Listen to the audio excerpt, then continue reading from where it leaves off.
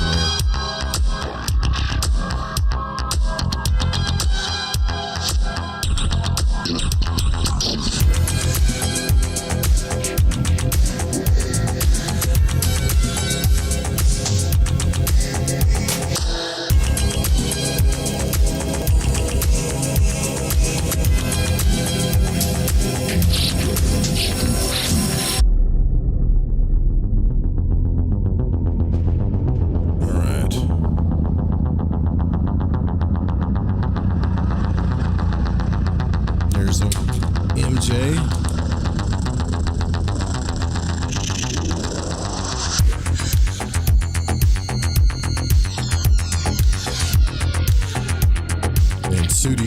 Sudi.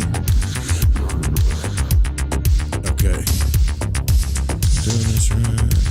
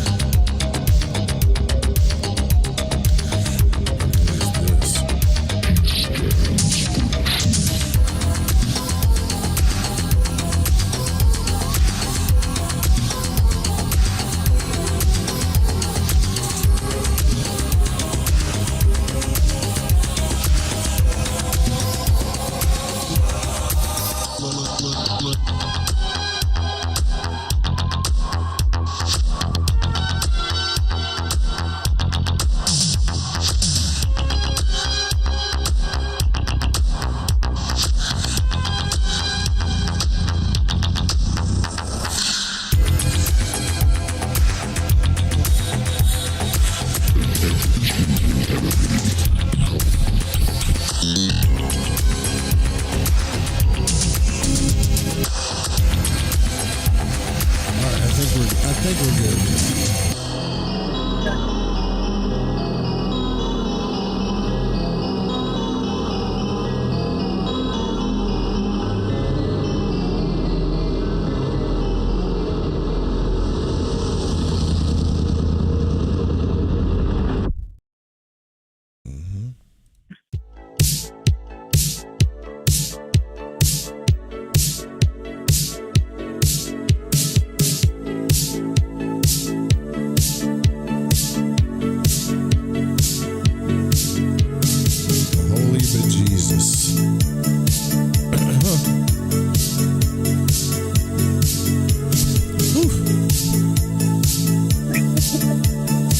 Slide in hard.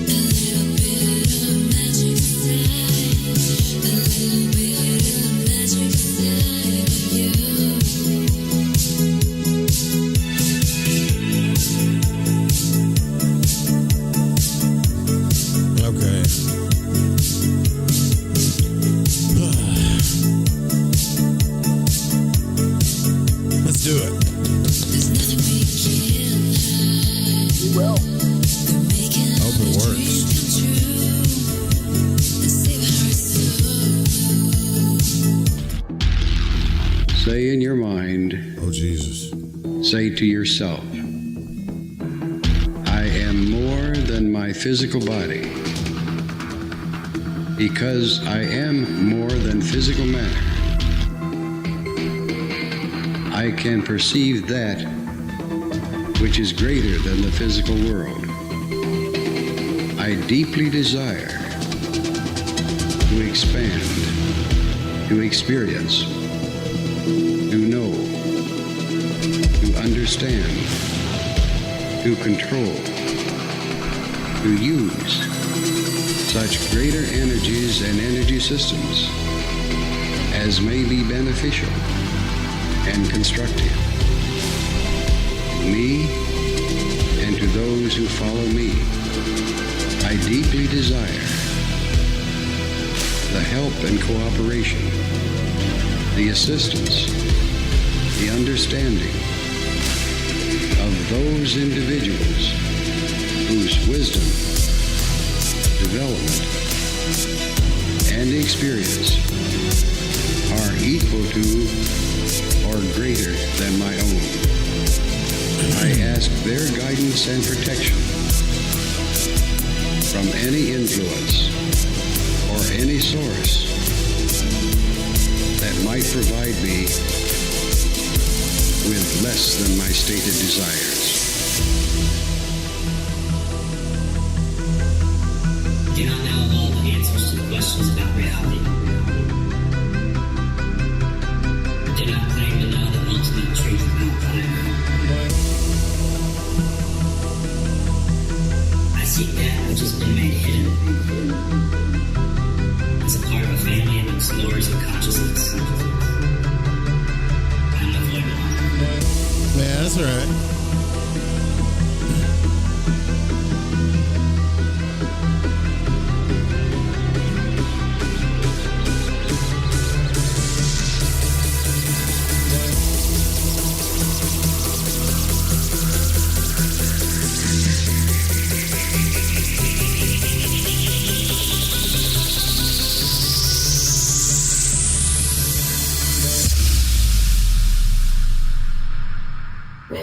Welcome to Lighting the Void.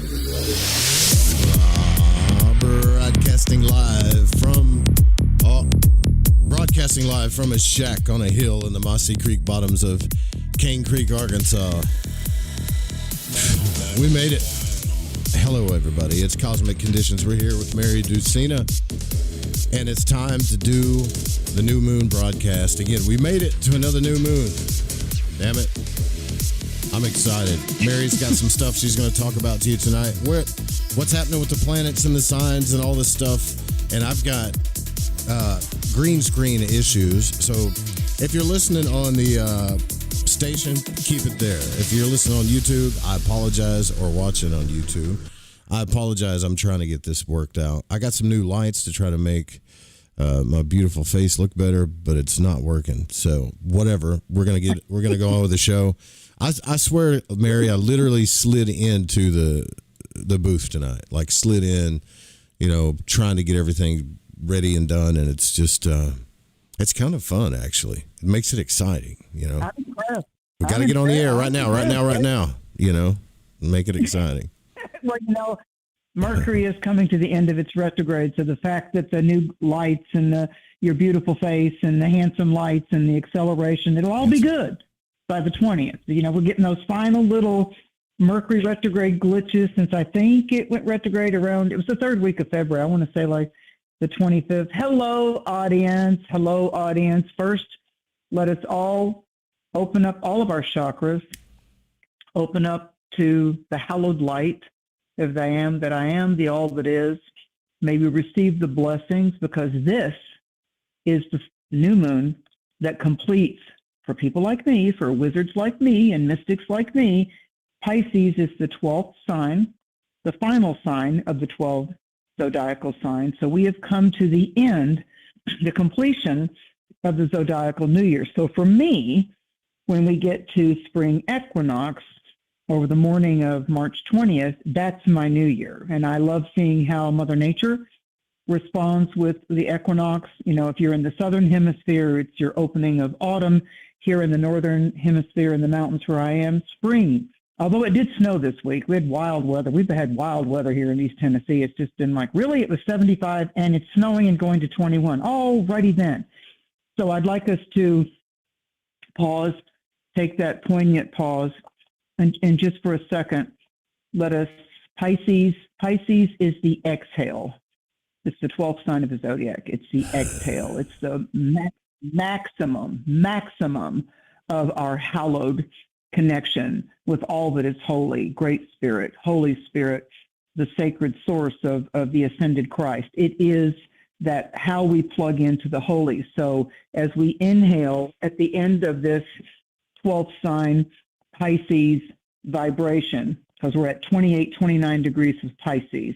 So it's called the critical degree, or the most intense degree of a sign, when it hits that 28 into 29 degrees, because then the sign changes as we get into the night of 319, 320, on my time zone, is officially the spring equinox in the northern hemisphere. So for the world, however you connect to spirit, however you connect with the holiest of hosts, Holy Spirit, Great Spirit, beloved I am that I am, we as a unified family of light, we join our soul light, our heart chakra to the divine, and we pray for peace on Mother Earth. We pray that Mother Earth, in this galactic orbit of the Milky Way that we've come to learn, that Mother Earth now receives the highest vibrations of all these planets going into Aries. It's not just Aries is war. Aries is initiation and waking up and the awareness to do it a different way, not to get caught up in the hypnosis and being programmed with fear or social media or the news, keeping us constantly running like sheep frightened in the field for the coyotes or the wolves. We are not sheep or wolves. We are divine antennas by choice. God, the beloved, has gifted us with free will. The kingdom of God is within us. We activate this on this most holy Pisces, the fishes, the two fishes, moving in opposite directions, yet connected by a thread similar to our DNA helix, the DNA ever moving. So we allow our DNA to now be activated, one with all that is light, all that is holy on this evening of this Pisces new moon. And we give thanks and bless the equinox, the beginning of our year, and we will celebrate the higher vibrations of the sign of Aries, the ram, blowing of the shofar, the ram's horn, and we accelerate the higher, better, best versions of ourselves.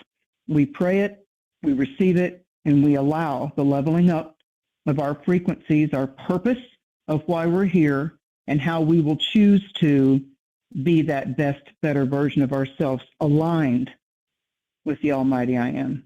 So be it, and so it is. Well, yeah, we need that pause. I mean, it's when we talked last month, Joe, about all the planets lining up over February the 28th, this intensity of all these planets lining up at that February 17th, Chinese New Year, Fire Horse, Purim, Lent, all kinds of things happened at that time. And then we had, right after that, this new moon closes out because it's tied back to February 17th, and it closes out that blood moon, that Virgo lunar eclipse we had over the 2nd, 3rd of March. We're still in March. And so, I mean, it seems like, I was thinking the other day, I said, some months, it seems like not much happens. And then there's some months that decades happen. So to me, it's just been so intense since, the 13th, 14th, into the 17th of February, of people that I know, events we all know, going on globally in the world. And I believe and I have faith and I'm excited that instead of just succumbing to anger and frustration and being divided, I'm beginning to sense and see as a clairvoyant, people are like done with that. And I'm seeing that the Aries vibration of Neptune in Aries and the sun moving into Aries and Saturn in Aries, Saturn's not been there for 30 years, that people are beginning to unify and go, you know what, this is my life. These are the people I love.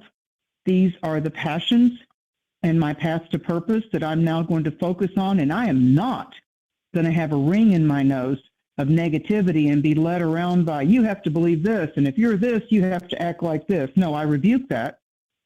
And if I'm going to genuflect and bow to anything, it's going to be to the sacred, to the highest light. And I invite that to activate me and to put that forth. And I will commit to that purpose as I walk through doors and walk out of doors. Now, in doing that in social circles, with your work, with your partnerships, you want to hold yourself to the highest standard. Are we going to make mistakes? Yeah. Are we going to slip up? Yeah. Are there going to be days where we need to recognize that self-care is important? Yeah. That's also Pisces, the 12th house. So this sign, this energy, this exhale, Pisces is the sign of endings. It's surrender. It's the majesty of intuition. It can be grief.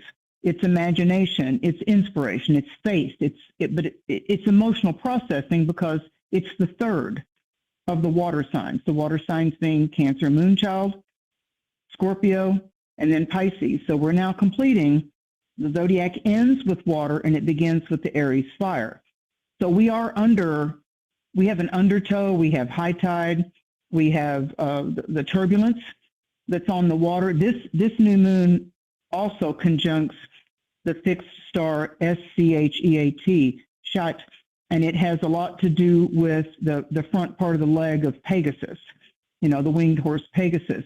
And it has to do with, because of it being in the late degree of Pisces, that there can be turbulence, tsunamis in a sense of high tides of emotion. Now, if you don't think there's not high tides of emotion over in the Strait of Hormuz and the oil, and a lot of people aren't focusing on the fact that when we pray with the light in the Middle East, they have desalinated water. So there's been big floods in Hawaii that, of course, haven't made the news. There's been floods in New Zealand. When we think about Australia and New Zealand, we think about the fires that they get, the bushfires. But over there in the Middle East right now, all those countries bordering all that, besides all the chaos and confusion going on, they also have a problem with water shortage. So and Neptune rules Pisces. Jupiter and Neptune rule Pisces. Neptune rules oil. We keep hearing about oil and barrels of oil and gas prices and heating and electric bills going up. Those are propane gas, natural gas, all of that. So I've been meditating on that too, like bless you, go back down. So I'm just going to put the positive out. If it's already up, then if I'm going to be a mystic and a clairvoyant and be connected with the divine, I know that it's for the collective good if I do my part and give thanks for the gas prices going down. If I do my part to join with, instead of all the fret and frantic, if I do my part to say, and I bless globally, that the shipping channels are safe and open and we don't have supply chain stuff and the gas prices will go down, which will bring our food prices down. I remember when the eggs went out of sight, and now the eggs are, the egg price. So that's that high tide, low tide type of a thing. And with Pisces, it doesn't serve you well. It will exhaust you psychically, psychologically, and emotionally if you allow yourself to get caught up in that anxiety, that overthinking, and that fretting. And the Virgo blood moon, full moon that happened over the 2nd and 3rd of March, those full moon eclipses run for 90 days as a background influence. So Virgo is the opposite, therefore the balanced polarity sign to this Pisces.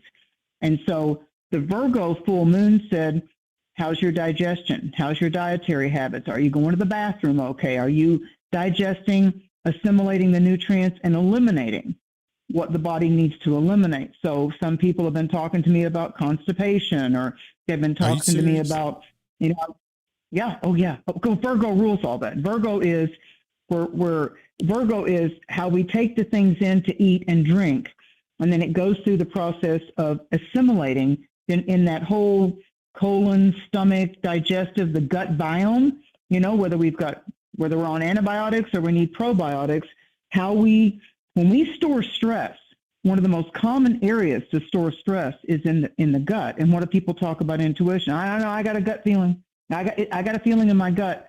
So we can feel butterflies in our stomach. We can feel tension in our stomach. And when the body's trying to self-correct, then it will do those kind of things with the bowels. So the Virgo and Pisces eclipses are shifting this year into Leo Aquarius. The North Node has been in Pisces, the dragon's head, and the South Node has been in Virgo. So in astrology, the nodes, which are with the ecliptic of the moon, those are going to be the signs the eclipses are in. So for the last 18 months, shifting this year in August, for the last 18 months, it's been Virgo Pisces primarily. Now, we had our first Aquarius eclipse February 17th, so that's dipping our toe in the water of the imaginative inventor, out of the box, shock and awe in the heavens and all that. I'm sure most of you saw the story about that meteor that hit and several states saw it, like near Philadelphia, Ohio, something like that. There's all kind of ring door cameras that caught that. Yeah. So we've been talking, Joe and I have been talking about how active the skies have been. We're in solar maximum. We just had on March 16th, we just had a major coronal storm burp that's earth-facing. Some of them aren't earth-facing. So when you're looking at astrology, you've also got to look at what planets are coming together right now, and that earth-facing solar burp storm thing flare hits Earth on the 19th. So that, for some people, they can't sleep. For other people, they get jittery and they just want to sleep and sleep and sleep. And part of their irritation can be that they just want to sleep and they don't want to be around people or have to go do things. Solar energy, the sun is the great star of Mother Earth. So there's a lot going on with the solar energy. And don't tell me when there's all kinds of stuff going on in the atmosphere of bombs and sinking and this and things going to the bottom of the ocean. They keep talking about there's mines in the ocean and this is being blown up. Don't tell me that all that smoke and fury and chemicals isn't going up into the atmosphere. And eventually, because Mother Earth turns, eventually whatever's going on cycles around all over the globe, like when they have those big dust storms in the Sahara. It'll be 2 weeks and they can come in. We've seen that over the last 10 years. And when the northern lights, they'll come down further sometimes. And we have the aurora borealis because of the electromagnetic stuff. So there's things that eventually, I remember when I lived in Florida and Mount St. Helen erupted, it was 3 weeks and the dust came to Florida. I'm like, holy moly, that's all the way over there in the state of Washington. So it comes around all of us. So that's why you want to right now, you want to keep your sacred, magical, holy shields of protection upon you. You want to be one with what works for you, to whatever prayer, whatever scripture, whatever meditation, whatever ritual, whatever pool of calmness that you can do right now is very important. It's okay to put that on yourself. I don't go out of the house without acknowledging my sacred guardian angel guides, the Holy Ghost going with me. No. That's on. That's just like boom, just like you put your shoes on or you put your jacket on. Yeah, well, I've got that. That goes on first. And I do it before I go to sleep. And I do it when I go out in the public. I do it over the vehicle I'm driving and bless all the people that I will encounter. And when you get into the habit of doing that, there's really not that, it calms down that unexpected frustration or irritation with people. Now, we all have the challenge of when we're driving in traffic. I mean, truly. I say to people, you think you're pretty spiritual right now? Think you're pretty elevated with your spirituality? How do you do when you drive? How pissed off do you get when you're driving in the highway when it's not your fault, but it's somebody else's fault out there acting like a fool or self-entitled or arrogant? So you can find out how well you're doing with your spirituality and your magical practices when you can drive and be calm or have a sense of humor about it. Yeah. So Pisces is reminding us that if this is the element of water, so our tears, whatever we're doing to sweat, how we're dealing with our urinary factors, the releasing of any liquids from the body.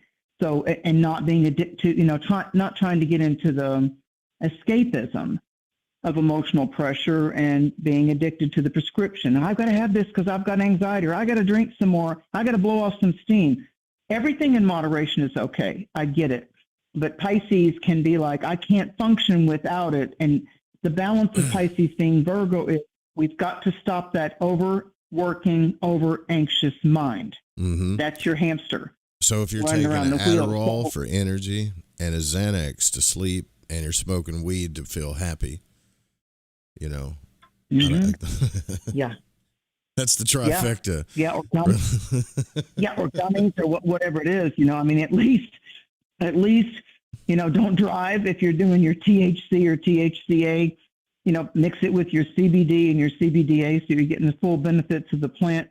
But it's okay in moderation. I'm not a prescription pill girl at all. I mean, you can't even hardly get this chick to take an antibiotic.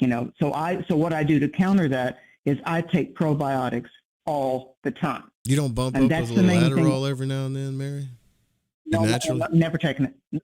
You're naturally this energized? Everybody, 70% of the United States is jealous of you right now. I can tell you that. Well, But I'm not going to sit here and tell you it's not more work to have self-discipline, but I'm not going to tell you it's not that, and I'm not going to tell you that I don't enjoy a little bit of infused chocolate or a gummy or stuff like that, Sure you know, you to do. be able to stop that mind. But I will still monitor myself. Somebody will say, hey, you want a gum? No, and they'll go, why? And I'm like, no, I self-monitor. It might be once a week, might be once every 3 weeks. No, I don't want to get used to it. I don't want to get used to it. I don't want to depend on, I like that it's there, but I don't want it to own my ass. I don't want it to own me. You can feel it calling to you, oh, I need to drink, or oh, I need to take this, or I need to take that. So everything in moderation, which is Virgo. But your main health is how you stay more in balance with your mind, and you have to kind of let your soul and your spirit and your spirituality be the boss of your thinking and your ego. You've got to let that soul and you've got to let that higher version of yourself calm your own self down when it's starting to get too amped up. Channel the energy, so to speak. If I feel like I've got a lot of extra energy, that's when I'm going to pack things up and clean and get some of the stuff done that normally I would go, I don't want to do that today. So it can be motivating if you'll just shift gears. So the new moons usually bring beginnings. Joe and I have talked about that for 8 years. But in Pisces, especially as late as this degree of Pisces is, so if you are someone born at the latter part right now of the sign of Pisces, or the very last part of Gemini, or the very last part, a December Sagittarius and a June Gemini, or a September Virgo, like right around that 18, 19, 20th of either June or December or September, this is a pretty lucky new moon for you, because it's hitting those, you know, when people say I'm on the cusp, I'm not sure if I'm a Pisces or an Aries. Well, you know, if you're right here at this 18, 19th, it's still technically a Pisces. If you're September 18, 19, 20, you're still a late degree Virgo. So this is less about forcing a new chapter to open. That's coming up as we get into the March, April, when we come toward that full moon, April 1st and 2nd in Libra. This is less about forcing a new chapter. And haven't you noticed since like February 19th, it's like we've not had as much motivation. It was kind of had to like talk to ourselves, do prep talks and like, you can do this. And it's like we're trying to shake off winter. Pisces is the last sign of winter on the Northern Hemisphere. Aries is spring. So Pisces is the beginning that comes through an ending, the beginning that comes through closure, the beginning that can happen after we've resolved that nagging issue or that problem. So right now, until we get to that, 2 weeks from now, until we get to that flower moon, this is less about forcing any new chapters open and more about recognizing what's naturally ending so something new can begin. This is like, how do I want to clean out that drawer, that closet? You know, what do I need to refresh? So it's especially true because we also have, with this new moon, the sun and the moon, they're always in the same sign at a new moon. Mars is still in Pisces. The North Node is in Pisces, and Mercury is retrograde in Pisces. Now, that's the next question I can hear everybody saying. So Mercury's going to turn direct on equinox. It's going to turn direct on the 20th as the sun actually goes into Aries. So that marks the equinox, and it starts the astrological new year. And that's the bigger part of the story. This is our final, okay, what do I want to journal? What abstract pieces have I been seeing in my meditations, my dreams? Am I meditating enough? You know, whether you do your alcohol or your gummy or your prescription or whatever it is, can you, if it's helping you overall, can you at least dedicate some time to prayer, meditation, music? Pisces is that hypnotic dance that music can give us. It's fantasy. It's the actor or actress that we prefer to be. It's our best self. You know, it's when we are vulnerable enough to express our feelings and to display a bit of vulnerability, because we grow. We grow from that. If somebody else can't handle your vulnerability, then those aren't your people. I mean, you know, we're going to learn from it. We're going to, you know, instead put your courage shield on and just say, you know, I'm going to let my hair down. This is who I am. It doesn't mean I'm always right. I have to get it right for me. I'm not in control of you.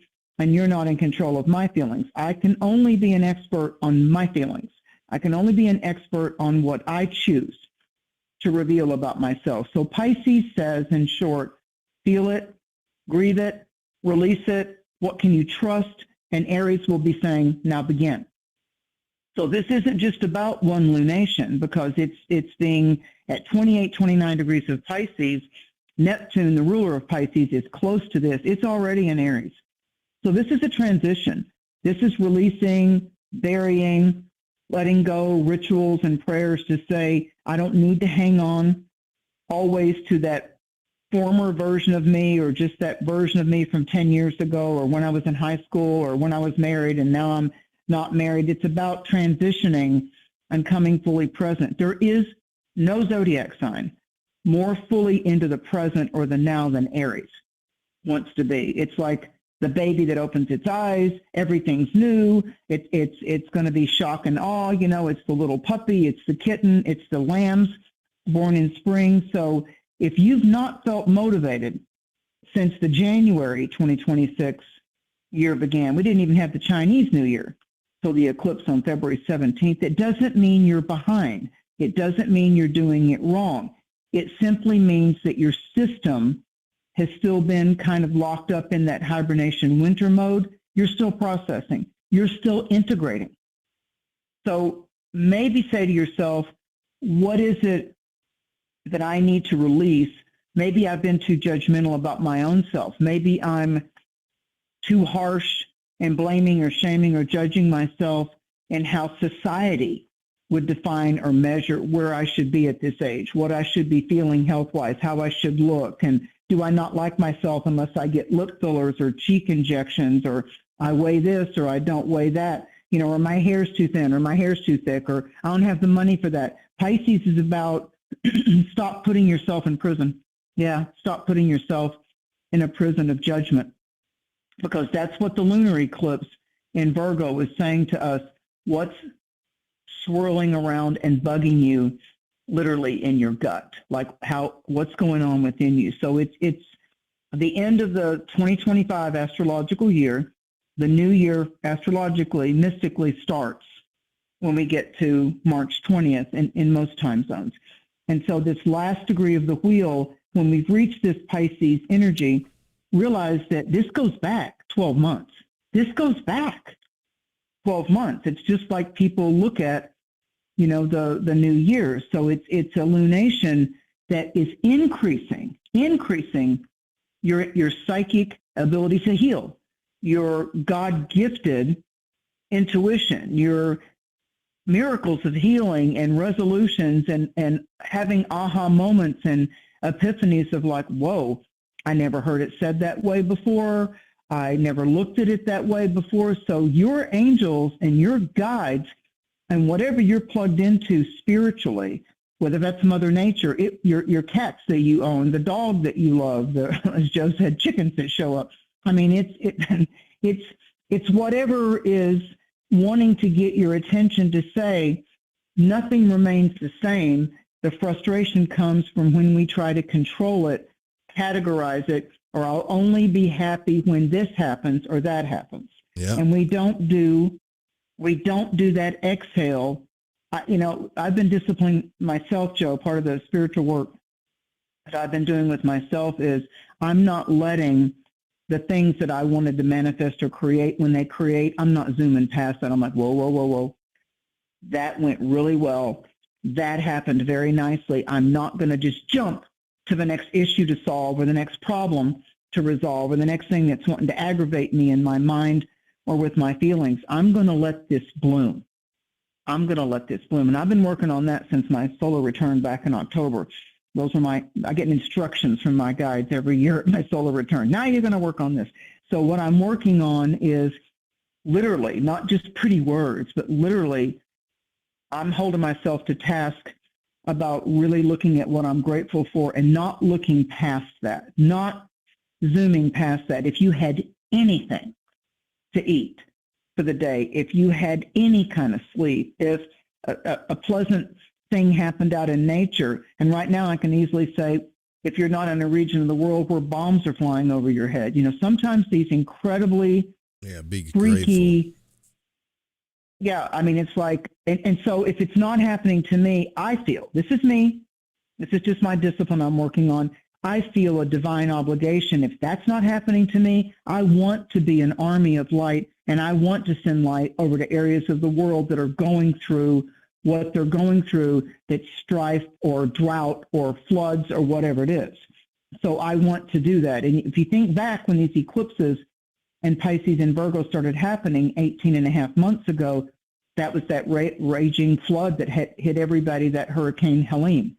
You know, there was that, it devastated areas in the mountains here that I never have seen in my life. Being born in the mountains, like, holy moly. I mean, it was like scary stuff in Kentucky and North Carolina and Tennessee and areas of Sarasota and Florida. And people I know that have lived in those areas for a long time said, I've never seen anything like it. I mean, people that are above 40, 50 years old going, I've been through her. I've never seen anything like this. And then so the floods, the mudslides, the earth shakings, any kind of food.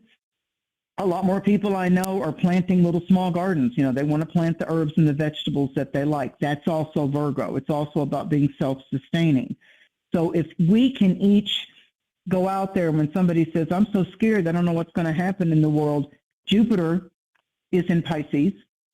Jupiter's in Cancer in the sign of the moon, and Jupiter's blessing this. And, you know, this whole war thing started, this whatever you want to call it, this facade, all this energy started back at that lineup, and Mercury went retrograde on February 25th. I'm curious, and I'm watching, will it stop? Will we retreat from the active this or that bombing and conflict once Mercury goes direct on the 20th? I know it's still in its little shadow period, but as an astrologer of over 4.5 decades, I'm curious to see if this whole thing erupted when Mercury was retrograde in Pisces, and it's got to do with oil and gas and oceans and the ports and the Strait of Hormuz and submarines and tankers and all that. That's all Pisces, and oil and all that. I want to see if it backs off literally a couple of days from now on March 20th when Mercury turns around direct. I'm feeling like it's going to back up. I'm feeling like that there are more people now that are awakened. They're not falling for big pharma. They're not falling for any kind of government or political oligarchy type of psyops. There are more people now waking up to, wait a minute, wait a minute. You're not going to be a vampire, an energy vampire, and you're not going to steal my beautiful, God-gifted life force energies. I'm in charge of letting it be directed by the holiest of hosts. I'm in charge of choosing light over the chaos of anti-light or the dark forces, and I'm not going to be a feeding station for fear or the dark vampirical energies at all. I've made that choice. And as I've made that choice, and I let the divine alignment be my director and be in charge of me, I'm going to watch how that shifts. And I promise you, you'll start to see things manifest quicker because you're not getting in your own way anymore, and you're not unconsciously allowing the fear and the chaos to be your director. But at some point you got to choose. Some point you got to turn that light switch on and say, wait a minute, I'm getting too caught up in this. This is eating my energy, and I can feel my energy drain when I just watch the news, or I get affected by other people's opinions, or I get caught up in the fear base. So Pisces is about the biggest, best part of Pisces. And you know, when Master Christ said, go, I make you fishers of men, the two fishes, it's a Christian symbol, the two fishes, you know, so the fishes have a lot to do with, what are you fishing for? Are you drowning? Are you having a hard time keeping your head above water? You know, what is it with the water element that you could do more healthy things with? Are you hydrating enough? You know, most of the people walking around are dehydrated. So start drinking some coconut water.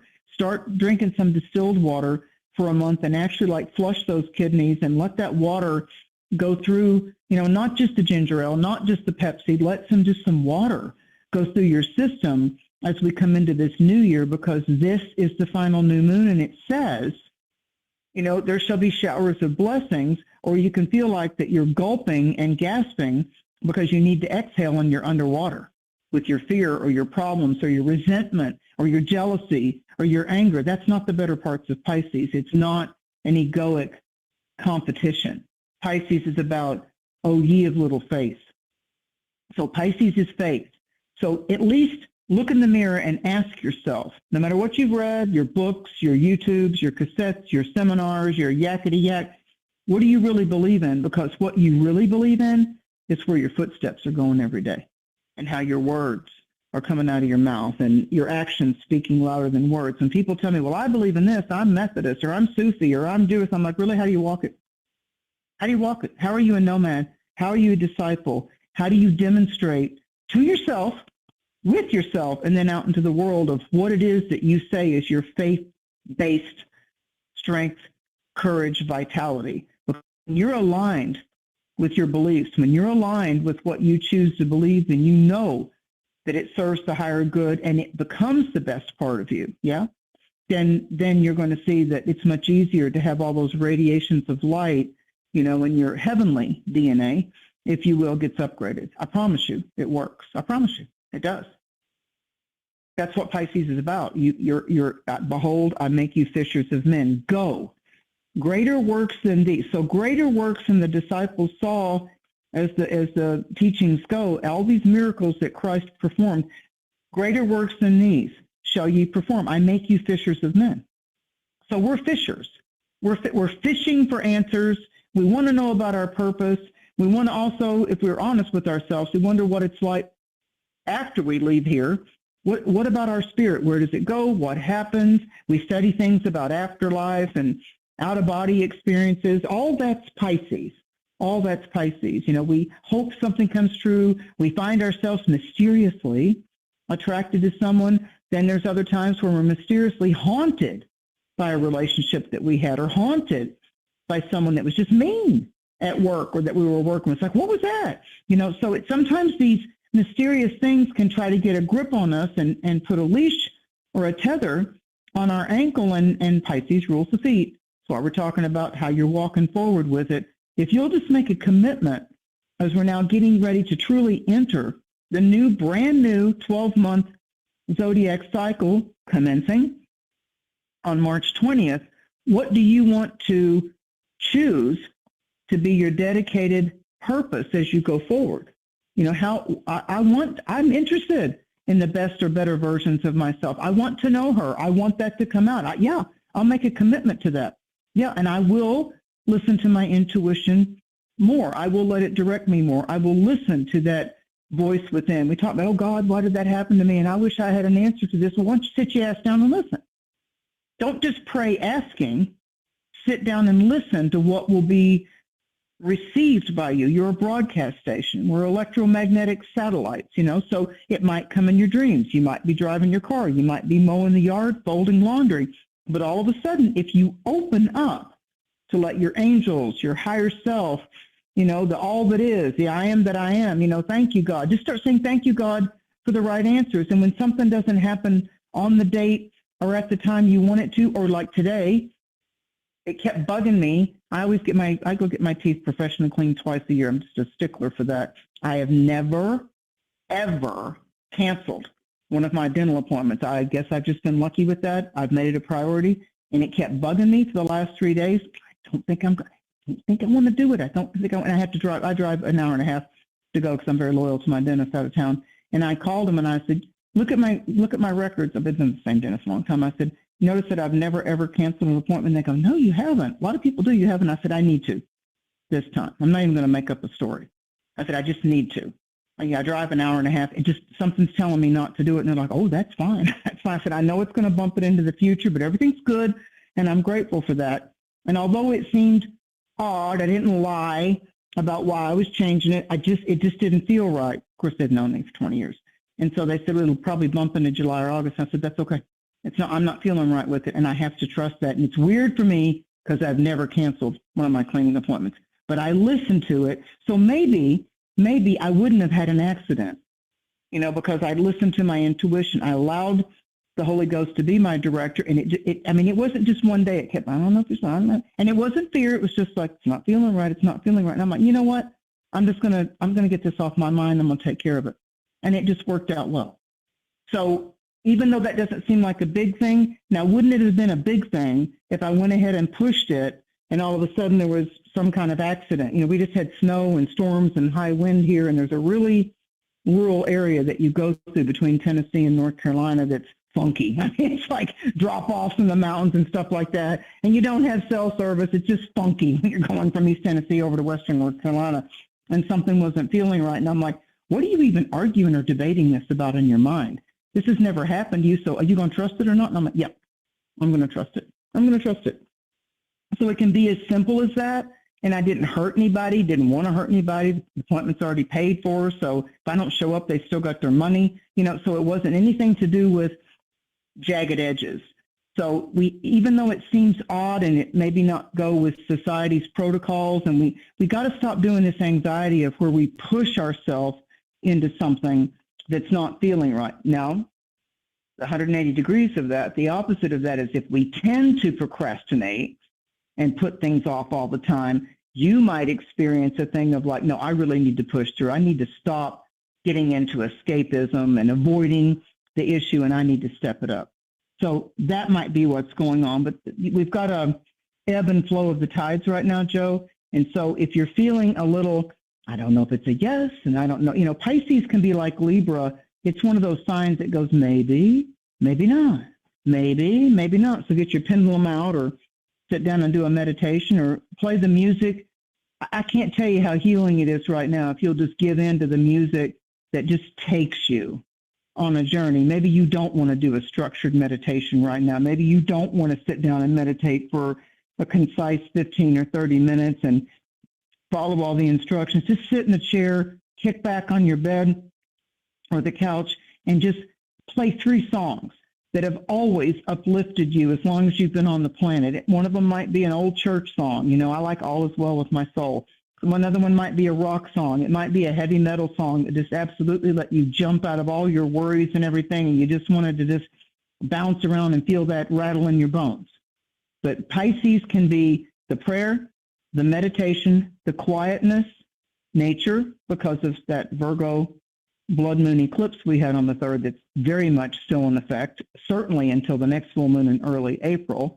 It's a background influence right now. And maybe you could think about your dietary choices, your eating choices that have to do with wellness or more holistic or a little healthier for the next couple of weeks, and just see for yourself, not because I said so, see for yourself how that helps your digestion, your elimination, how that settles down, acid in the stomach, flutters, frustration, things like that, because Virgo is absolutely the stomach, the gut, that whole gut biome thing. And there's a whole lot of stuff that has to do with your overall body's wellness that goes on within our whole stomach gut area. And when I first started taking probiotics, I said, oh, wow, when I was studying natural stuff, I said, so right now I can still eat like Taco Bell and McDonald's in my 20s, but if I take probiotics you'll eventually get off fast food all the time, but I don't have to just go into the convenience store and grab a Coke and M&Ms and keep going. They said, yeah, you can wean off of that, but just start adding a good probiotic. Just start adding that. And I did.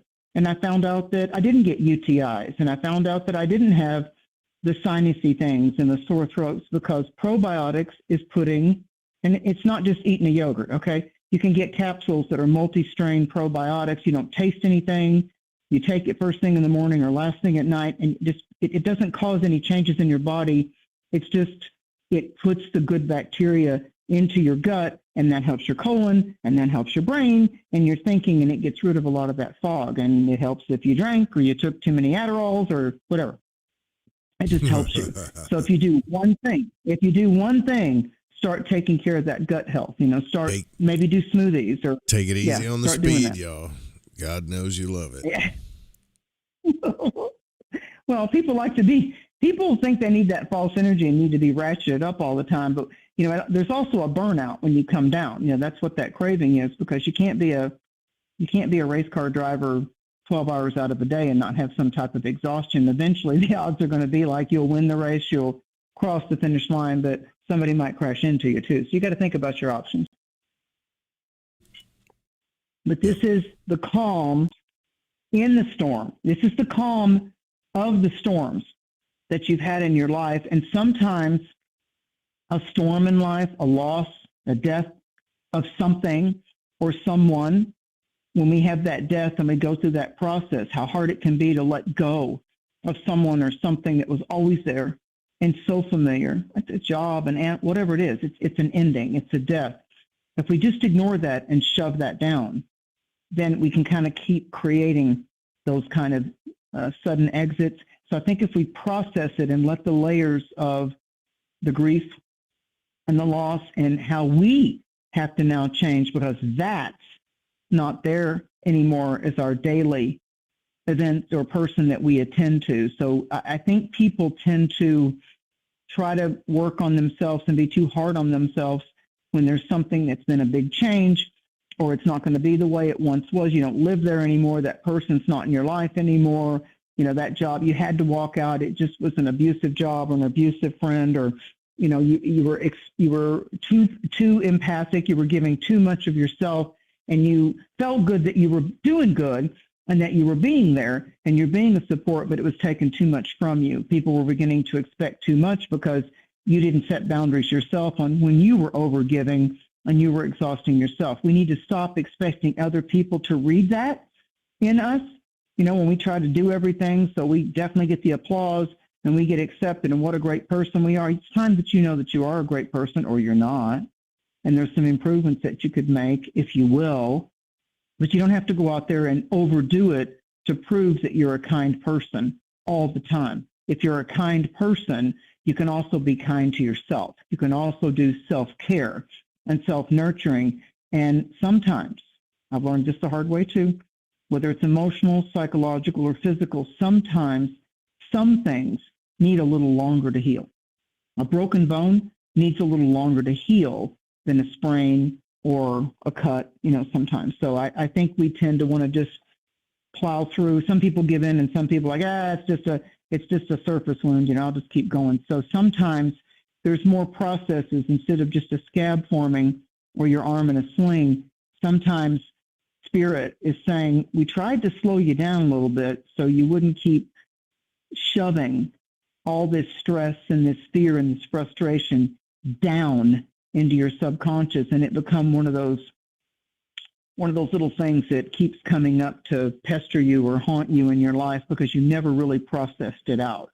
And that's where I say whatever therapy, whatever counseling, whatever form, if it's hiking, nature therapy, massage, physical therapy, doing something nice for yourself, giving yourself some time off, even if you don't have it in your financial budget, doing something to say, I'm just going to sleep today. If that's what you can do, do it. Because I think that society always pushes us, go forward, do more, make more, be more, show up, do this. You're not going to be enough until this or that. And it's society could give a damn whether we're here tomorrow or not. I mean, it's not going to care. It's not going to care if we're on the planet. There'll be people that care, but society should not be our director. You know, whatever's supposedly in or with the in crowd or the current trend should not be our master, not at all. And I get it that we can't let the material world be our master. I think it's dangerous. I think it's especially dangerous right now because, I mean, I keep seeing the Two of Pentacles tarot card. It's like everything seems like we're juggling. You know, it's like it's trying to juggle those coins, you know, or the jester in a regular deck of playing cards. It's just like, you know, the Fool in the tarot is the zero. We're coming to the zero Aries point. So the Fool is when we're finally going to try something new and we're going to take that leap of faith. And the Fool in the tarot comes to the edge of a cliff with his dog, you know, and it's just like he's got his arms up. He's ready to embrace all the new things, but he's so busy fantasizing about it. That's kind of probably the card that fits this end of Pisces into Aries. You know, he got to the high place. He's got the high view. He's up on the precipice of the mountain, the sharp edge of the cliff, but he needs to look at that there's a real sudden drop. If you pull out that card, if you look at the Fool, that's why it has the number 0, the never-ending circle of life. We're about to go through some beginnings. So when we're going to go through a big cycle of beginnings, it's also okay if we do some processing psychologically and emotionally over the things that once held prominence in our life.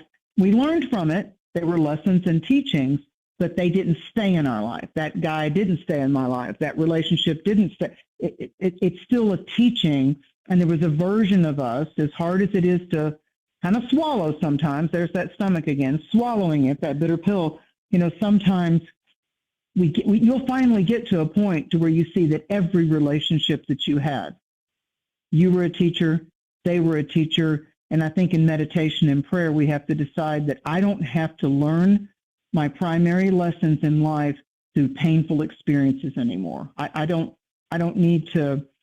I want to learn them in harmony. I want to accept them in soft moments. I want to listen to my intuition, so I don't have to be the person that until life has it scream at me, I don't pay attention to it. So I think that's what prayer and faith and meditation, taking time for yourself, being good to yourself, trusting yourself, so you know how you show up in a relationship or a friendship. You know if you're an ethical person of integrity and authenticity. Otherwise, what you do after a while is you recoil and you isolate because it just becomes too much work. That's what I did. I think in the beginning, exactly what I did. Yeah. Yeah. So you can speak to it. Speak to it then, Joe. You give your version of how that hit you. Well, mine was more about resentment, because you put all, like when another person doesn't see what you've done or what you've been through or what you're doing, what you've sacrificed or whatever, if they hurt you, whatever, and you don't even get an I'm sorry.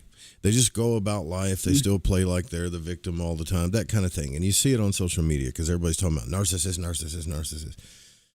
Right. But what you got to realize is that, like, we've been trained up to this point to be self-focused at levels that probably aren't healthy anyways. So we've lost connection with each other. And then once we do that, it's the resentment that's really making everything worse, And you have to remember, resentment comes from the ego. It really does. Yeah. Like, it's like, how could they do that to me? It's like, well, how could they just be so happy and doing all this other stuff and just lying and blah, blah, blah, blah. But that's your ego talking. It doesn't have anything to do with you. If you gave somebody all of your heart, whether it's a friend, relationship, job, whatever, you gave them everything you had, it will leave an impression in some way, either in their subconscious at the very minimum or in their conscious. And that's all that matters, is that you had an effect on their life in a good way. And then you move on, just move on. It's kind of like that thing too, where when all this stuff about manifestation, we got to manifest stuff, trying to control and find the formula to manipulate my reality. And really 70% of that stuff is in your mind. 70% of all of it is your conscious and your subconscious. You buy a red car because you want one, because you've always wanted one, and you don't see them on the road. Then you buy the red Corvette. Now everybody has one. Why is that? And then you go, oh, that's some kind of weird it's not a weird coincidence. That's how powerful your subconscious and your focus works. And so if you're giving all of that to resentment and disconnection from people, imagine you have no idea what it's doing to your life. It's just taken away from everything. I mean, that's what happened to me. Like, I'm just saying, like, I didn't want to talk to anybody. Like, how you get in that phase where you're like, F people suck. Yep. Man, that's just your ego. That's all it is. But it's still, it's a way that someone can recoil sometimes back into their armor, back into their shelter, and try to self-nurture again, because the moment that we see, and we have hope, but the moment that we see, and I'm going to rephrase that, the moment that we allow someone to manipulate us in any kind of an unfair way, I feel like it's also up to us going, I kind of don't, that doesn't feel too balanced to me, or like, well, I'll do it this time, and but I don't want to always have to do that. So I think that part of when we get manipulated, and we've got a series of people being self-entitled and condemning, and they literally do things that are inappropriate, and we let them get away with it, and we don't call them out on it and say, you know what, I'm going to take a space from you because that wasn't, maybe you're just having an off day, or that's not the way I'm going to be treated in a relationship. Trust me. That may work for you. That's a game changer for me. So think about it, sleep on it, come up with your choice, because this right here, this isn't going to happen again. Everybody makes mistakes. Everybody can trip up. But this right here, that's not my attraction template. that's not the way I treat people, and I'm not going to be treated that way. So if you need to move on along, sucks that it didn't work out, but I'm not doing it. That way you're not just, because then the resentment, the anger, the isolation, the fear isn't manipulating you. Like if I stay in resentment, that resentment is becoming a teacher, and it's a manipulating professor to me, because I'm continuing to allow situations of where I'm manipulating, I'm the manipulator, or it's manipulating me. So when I divorce, that I need to learn my lessons spiritually, psychologically from anything to do with manipulating, aka controlling the energy, then I can get myself free from being entangled in that spider web of uncertainty. Mm-hmm. But the first part's recognition. And so when we recognize it, then it's not that, oh, you were stupid or you, no, it's, wait a minute. I finally recognized it. I'm going to honor myself. And so I will course correct. I will correct that course. I'm not going to repeat that pattern. To me, that's where I'm a very effective astrologer, but it's just a tool. I see psychology and studying our childhood theater patterns just as valuable as any sign or planet in the zodiac. They work very well together. So if I can look at healthy behaviors, if I can listen to a YouTube of a Jordan Peterson or whoever it is that you like, or a Mel Robbins, and I can hear somebody else's story about how they rose above it, a Jay Shetty or whatever, when I can see how they rose above it. If you get one sentence out of a 20-minute YouTube or a TED Talk, if you get one pearl of wisdom out of someone else's experience, that's why podcasts are so important. That's why people do things on YouTube or listen to talk radio or podcasts, because we can vicariously learn or be inspired from other people's experiences, where we can go, hey, I don't have to call in, or hey, that happened to me too. I want to hear how they overcame that. I want to hear how I got entangled in that. I want to learn how my subconscious, why is my pattern that? What's in my childhood? And we're not blaming mom or dad. You get to a point where if you can just put one thing in your head, it's a psychological fact that our subconscious is just like a voice recorder. When we came on the planet, these little creatures from a liquid birth, when we came on the planet as little creatures, we started to have to pay attention and memorize and learn the language and be affected by hot, cold, scary, funny, laugh, hungry, over time. We had to learn all that kind of stuff, and every single bit of it had high emotion.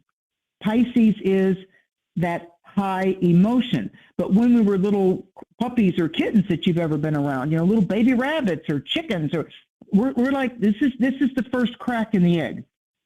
The little birds are going to be born. The little rabbits are running around. Spring is also about the infants and the babies, and it's Easter and resurrection and all that kind of stuff. So it's about surrender. It's about surrender. So whether you're into the Christian thing and Christ, the man surrendered on the cross, or it's a surrendering in any other kind of belief system to where you're not letting the ego and you got to be right all the time. One of the best teachings, I can't even remember who it was, that someone said to me that, do you need to get it right? Do you need to always be right, which is the minus side of Aries or the fire sign? Do you need to always be the one that's right, or would you rather get it right? That was a big aha moment for me. It's like, I don't have to be right. I'm more invested in it being right, getting it right, because I'm all about the win-win. I'm all about the win-win. I don't always have to you're not going to always be the winner. It's arrogant for any of us to think that. We're going to give, we're going to take. Sometimes we can take it, other times we've got to supply it and give it. That's that Libra balance that goes on. So with all these planets going into Aries, and let me tell you something, by mid-April, there's so much stuff in Aries that we need to start practicing tonight. And every time you replay this new moon at the 28th, 29th degree of Pisces, we need to put, as far as tools in our tool belt right now for this new moon, compassion, forgiveness, and surrender. Now, when I say surrender, I mean to the divine will. I don't mean that you let somebody manipulate you at all. That's not what I'm saying at all. I'm not, but when you think about someone, I was looking at quotes of forgiveness, Joe, and one of them that I saw, forgiveness It's the fragrance that the violet sheds on the heel that crushed it. I picked violet because violet's one of Pisces flowers, passion flower, the passion flower and the violet, the little violets in the shade type of a thing. They're there and they're purple and they're pretty. And that's one of Pisces colors, the purples and the aquas of the ocean colors. And then that purple of that crown chakra, that faith, the purple royal robes of those that are in power. So it has to do with, and what is the higher frequency? What is something that is always healing for me? What is a belief, a writing, a philosophical moment that inspires me enough to just get over whatever it was that was the challenge or the loss that I sustained today?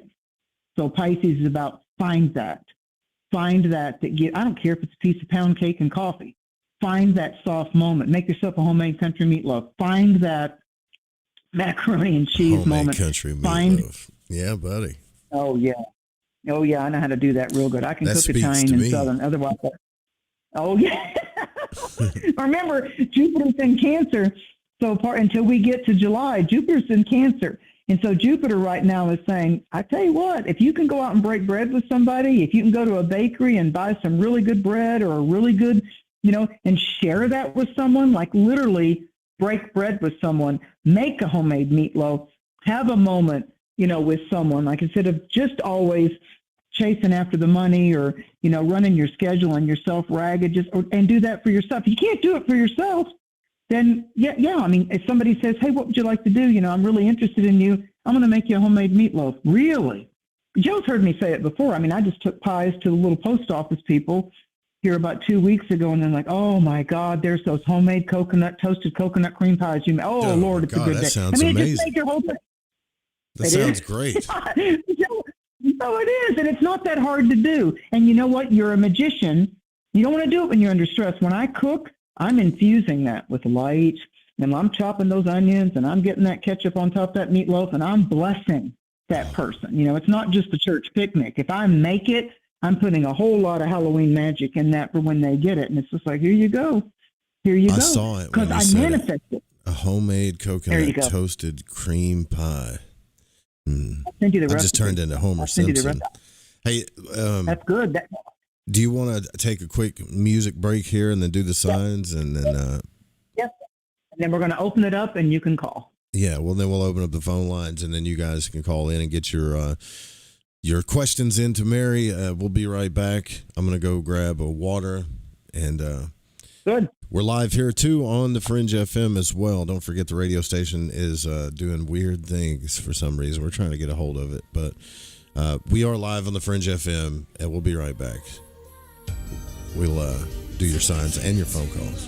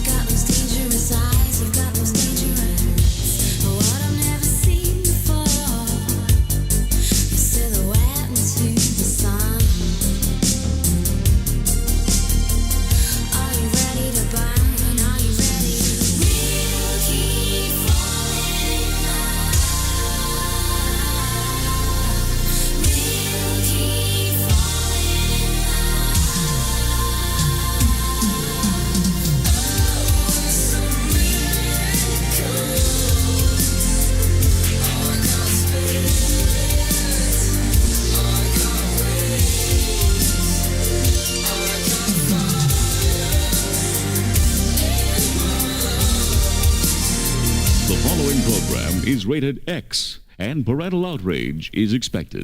So, you love talk radio? Then you'll love TalkStreamLive.com. TalkStream Live is always on, 24/7, with the best streaming talk shows. Find your favorite talkers and discover some new ones. It's free, readily available online or on mobile with any smartphone or tablet. Finding your favorite talk shows all in one place has gotten a whole lot easier. Just go to TalkStreamLive.com. Be sure to download the free apps from Google Play or the iTunes App Store.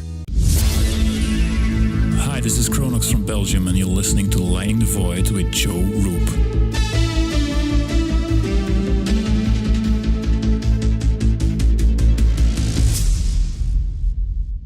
Have you ever wondered, what do the stars say for me? Or, will the next month or the next year be more favorable? How about, are our two signs compatible? Each month, at the new moon, you can ask these questions live with me, your astrologer psychic, Mary Decina, along with host of Lighting the Void, Joe Root. Join us at the new moon for Cosmic Conditions. We look forward to working with your energy. Every new moon at 7 p.m. Pacific, 10 p.m. Eastern, right here on Fringe FM. Hey, this is country music singer and void walker Jason Benoit, and when I need my fix on the world of magic and the capabilities of the human consciousness, I listen to Joe Roop right here on Lighting the Void Radio.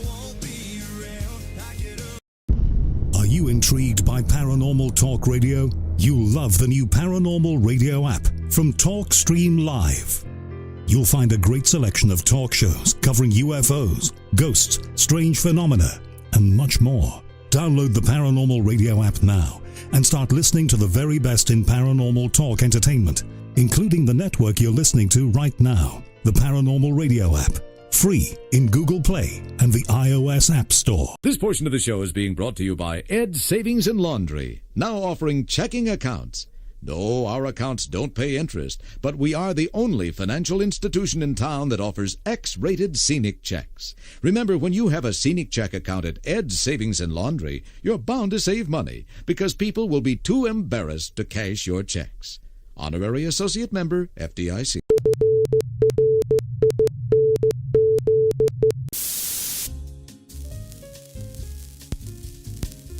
Tired of waking up in the same reality? Try DreamCore Sleep Solutions trademark. Our patented Delta Wave algorithm locks you into the dream you deserve. DreamCore, because some nights should never end. DreamCore, where you stay asleep for good.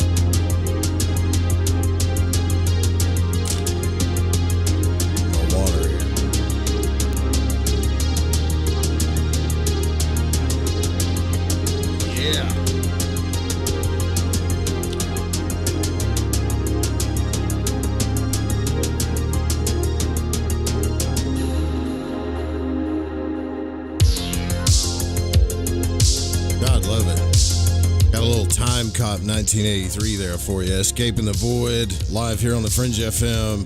Mary Decina, it's Cosmic Conditions. It's the New Moon broadcast.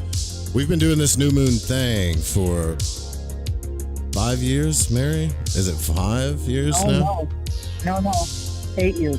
8 years? Jesus. Yeah, we started in July. Yeah, this July will be 8 years. So, I mean, we're almost there. But, I mean, so 7 working its way to 8. Yeah. I guess. How could I lose 3 years? That's a day job, man. That's a day job. Like, it's like, when you work a corporate day job, it sucks all kinds of stuff out of your brain. So I thought it was. What year did we start doing this? I'm just curious. Do you remember the year? 2016? Was it 26? I'll look it up. I'll tell you in the next couple. I think it's either 2016 or 2017 one. And I know it was in summer. I know it was in like the June, July. We'll look it up. I'll look it up. That's crazy. Well, we've been doing this for that long. I don't think we've missed one damn broadcast. No, Maybe. There's times you've had a head cold. Yeah, no, we didn't miss it. We didn't miss it. That's how important it is, these cycles. So let's go through the signs here before I go on a tangent. Let me just add one thing. I know people might ask you in the YouTube chat later. So every good astrologer will give you the date. We were talking about Mercury retrograde when it comes out of that shadow period, and the quick definition is when Mercury goes retrograde, it goes retrograde at a certain degree of the sign. So then when it turns, so it's moving backwards mathematically in the degrees. So when it goes direct on March 20th, it'll be April 9th when it comes again to the exact degree where it went retrograde on February the 25th. So yes, it's direct on March 20th, but you'll actually feel and manifest and see every day from March 20th closer to April 9th, you'll see that things that were delayed or didn't seem like you lost them, just boom, boom, they get back in touch with you. Oh, it didn't work then, now it's going to work now. Oh, that deal fell through. Are you still interested? So there's going to be a whole lot of that yeehaw that's coming up once we get to equinox. So, and that's important for you to know that. So it went retrograde on February 25th, full shadow period's over with on April 9th. So that's a real strong time. The real initiations start, the beginnings and all that are, I guess you would say, a bit more reliable starting on March 20th. But I mean, I know how to work with Mercury retrograde, so it doesn't bother me. But for those of you that are technically and learning astrology, April 9th is when it comes out of shadow. So nobody is experiencing this 12th house, end of one phase, beginning of another, as strong as Aries, because the sign before Aries is Pisces. So if Aries is the number 1 and Pisces is the number 12, that's how we astrologers explain things like, hey, Aries, for you, this is a 12th house, a 12th sign, 12th house, 12th section, new moon for you. So your themes are those Pisces themes. We were talking about spirituality and seclusion. Why? Pisces rules the 12th house. That's how you start to put the mechanics of astrology together. There's 12 signs and there's 12 houses. And so Pisces is the natural governor of your 12th house. No matter what sign you have in your personal chart on the 12th house, there is a Pisces flavor to that. So with Aries right now, this new moon, even though we're in Aries on March 20th, for you, Aries, over this past year, there's been a concurrent theme that you've been moving through very intense cycles and periods of redefining yourself, learning about yourself, self-definition, choosing some new ways and some new alternatives and methods of how you want to put your, foot forward into things, trying new things, letting go of other things, not letting your mind just stay on the past. 12th house is also the past. It's where we were when we first started something emotionally. So it's that labor before a birth. So this new moon for Aries is inviting you into that liminal space, the crack in the egg between the endings and the beginnings. So for you, Aries, dreams, meditations, intuitions, symbols, visions, animal totems, oracle messages,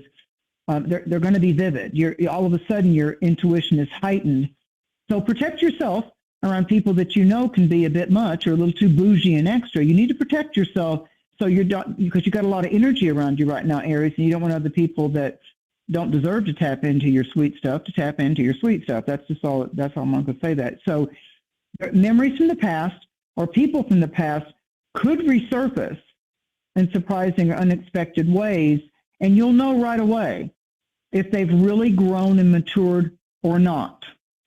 When someone from our past comes back, it's either it's just like you see it in a whole different light, or you sometimes do that little silent inner smile and you go, boy, that was me then, but I am so not there now. That's interesting that I ran into them and I felt nothing, or it's not the same, or they show up they've done personal work and they apologize, and you say, hey, thank you for that. I'm glad to see that you have that level of maturity, but I'm good. I'm real good. I'm not going back into that chaos.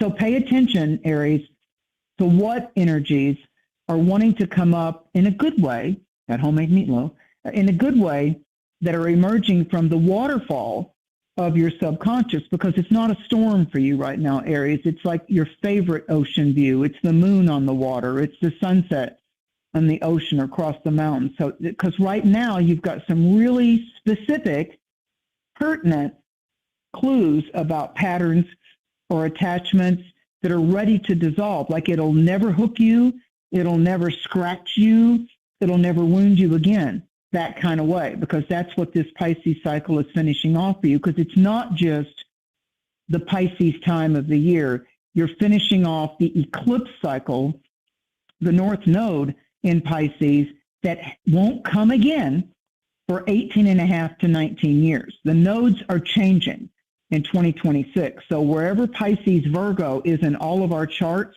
that's not going to happen again with Pisces as the North Node for 18 and a half to 19 months. So I'm sorry. No, years, right, years, sorry. Because a nodal cycle lasts 18 and a half, and astrology and all the time of it and the math of it can go crazy sometimes. So we're going to go into a new 18 and a half to 19 month, almost 2 year cycle of Leo Aquarius. So if you want to get ahead of the game, you want to start finding and locating what's my Leo Aquarius axis in my chart, because that's not happened. These cycles, they stay almost 2 years in those two signs. So for Aries, they're finishing off almost 2 years of the Pisces 12th house, Virgo 6th house, kind of being that bat that's been cracking them over the head, that they've literally felt the energy drain when something didn't go well psychologically, emotionally, romantic. It's like, God, so you're coming into a very compatible cycle, Aries, of the eclipses popping in Aquarius, Leo. Both those signs get along with you. So it's a powerful moment for appreciating, releasing the old narratives about who you were, so that you embrace and you accept the authentic version of yourself, and it's emerging with this astrological new year. It's a really powerful, the absolute most powerful sign in 2026 is going to be Aries, and second to that is its balance sign, Libra. I mean, those two signs, once we get to April, those two signs and that full moon in Libra over April 1st and 2nd, this is really the first time in about 19, 20 years that Aries and Libra have had this graduation and it's like, it's your turn. You've gone through hell and heaven to get here, and it's your turn to shine. Make the proper choices. Don't go backwards. Keep going forward. And the next full moon, of course, is very strong for Aries and Libra. And I do feel, because of all the Aries stuff, if you've got an Aries sun sign or an Aries rising sign, this is also going to be the relationship year that you always wanted to manifest. You're not going to get pieces and parts anymore. You're going to really get that ride or die, that My True Companion. That's a great song, by the way. Leonard Cohen, My True Companion. Go do that on YouTube sometime. What if you're an Aries rising Libra? I mean, Aries sun, Libra rising, or vice versa? That's what always gets me.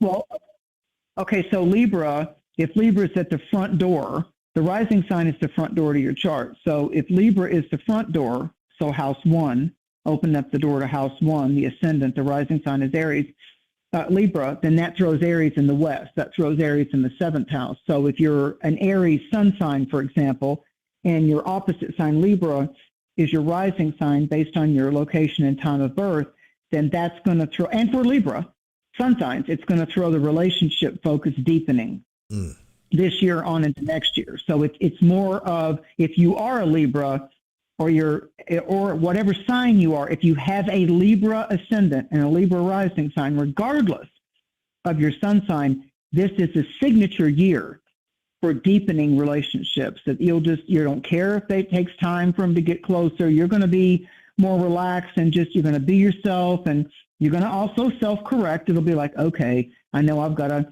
potty mouth, or I know I can come on a bit too strong, or I need to calm down. Yeah. that kind of stuff. So absolutely, the Aries Libra part of all of our charts is in the spotlight, but it's especially a full-time spotlight of relationship blessings and dynamics if you have a Libra rising, regardless of your sun sign, or you are a Libra. So if you're Taurus, here's the interesting thing about Taurus. For the last 7 years, changing in April of 2026, the planet Uranus has been in Taurus. It's in that really critical 28 degrees right now of Taurus. So it's in, 28's a big number right now. And I was looking at that in the tarot. 28 adds to 10, which adds down to a 1. So the 3 tarot cards that are coming up with this new moon for all the signs are 10, the Wheel of Fortune, 2, the High Priestess, which is Pisces, and 8, which is the Strength card. This new moon right here at 28 degrees of Pisces completes a cycle of six new moons. That goes back 6 months, like back to August, September of last year, 2025, at 28 degrees. So 28, it's been like a numerological spotlight that's been going on for those of you that study numbers. So in one is about beginnings, and 2026 adds down to a number 1 year. Aries is the first sign. Again, we're coming back to beginnings. The fire horse hasn't happened in Chinese astrology for 60 years. 60 years, because in Chinese astrology, each sign has one of the 5 elements. So this is a fire horse, and it hasn't happened for 60 years. There's a lot of first time, which is very Aries, things that are going to go on in 2026. And a lot of the things that we thought we abided by that were truths that school taught us or society taught us, yeah, that's going by the wayside. It's like, wait, what? I grew up, you told me there was no water on the moon. No, we found water on Mars and the moon. Like, really? So there's a lot of eye-opening things that are going to happen this year. But for Taurus, a big relief is coming because Taurus isn't compatible with the planet of rapid fire and constant change being in their sign. Taurus do well with routine. They like predictability. They like the same foods. They like the same restaurants. They want the receipts. They want to know where the money's coming from. They relax when things are going in a routine or a schedule. That's not needed for a Sag or an Aquarius or a Taurus needs it. So you've got a big change this year. When we come to April, Uranus is going to go into the sign of Gemini. So there's things you're going to want to buy. There's things you're going to want to upgrade. There's things that you will want to do with your assets and your money, even if it's you're more comfortable downsizing with something. So there's going to be a financial cycle that gets very strong for Taurus as they go from April on into the end of June. But this new moon, it's helping redefine your goals.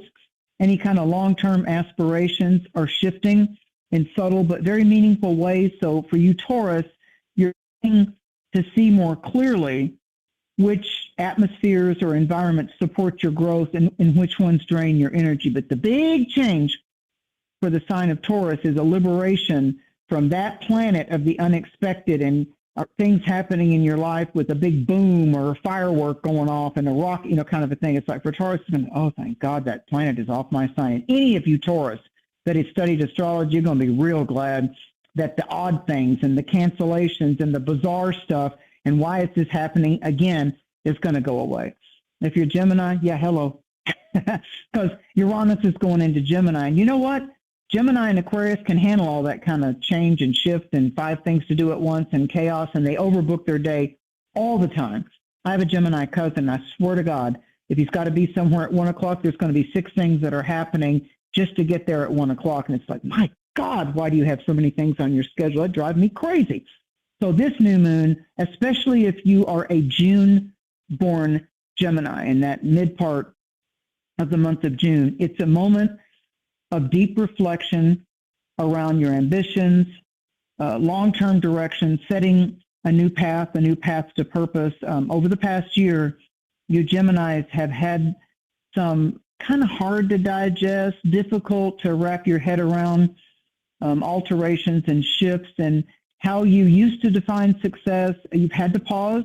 You've had to consider, okay, this is a new little glitch that I'm going to have to make friends with, and I'm going to have to do some work here to accept that health challenge or accept that relationship isn't there anymore. So and maybe I need to do some course corrections with my own moodiness or my own tendency to be sarcastic and critical and a bit too sharp with the people around me that I do love and that I do want in my life, but maybe that old statement, we often hurt the ones we love the most. Geminis have kind of had that going on because they've had Uranus in their 12th house. So Aries is favorable to Gemini, so there's more of a creative movement going on that will reflect your deeper values, and it'll give you a more compassionate direction, because how Geminis vent is they can say hateful things, or they can say caustic things, or they can be quick-witted, silver-tongued, or very sarcastic. So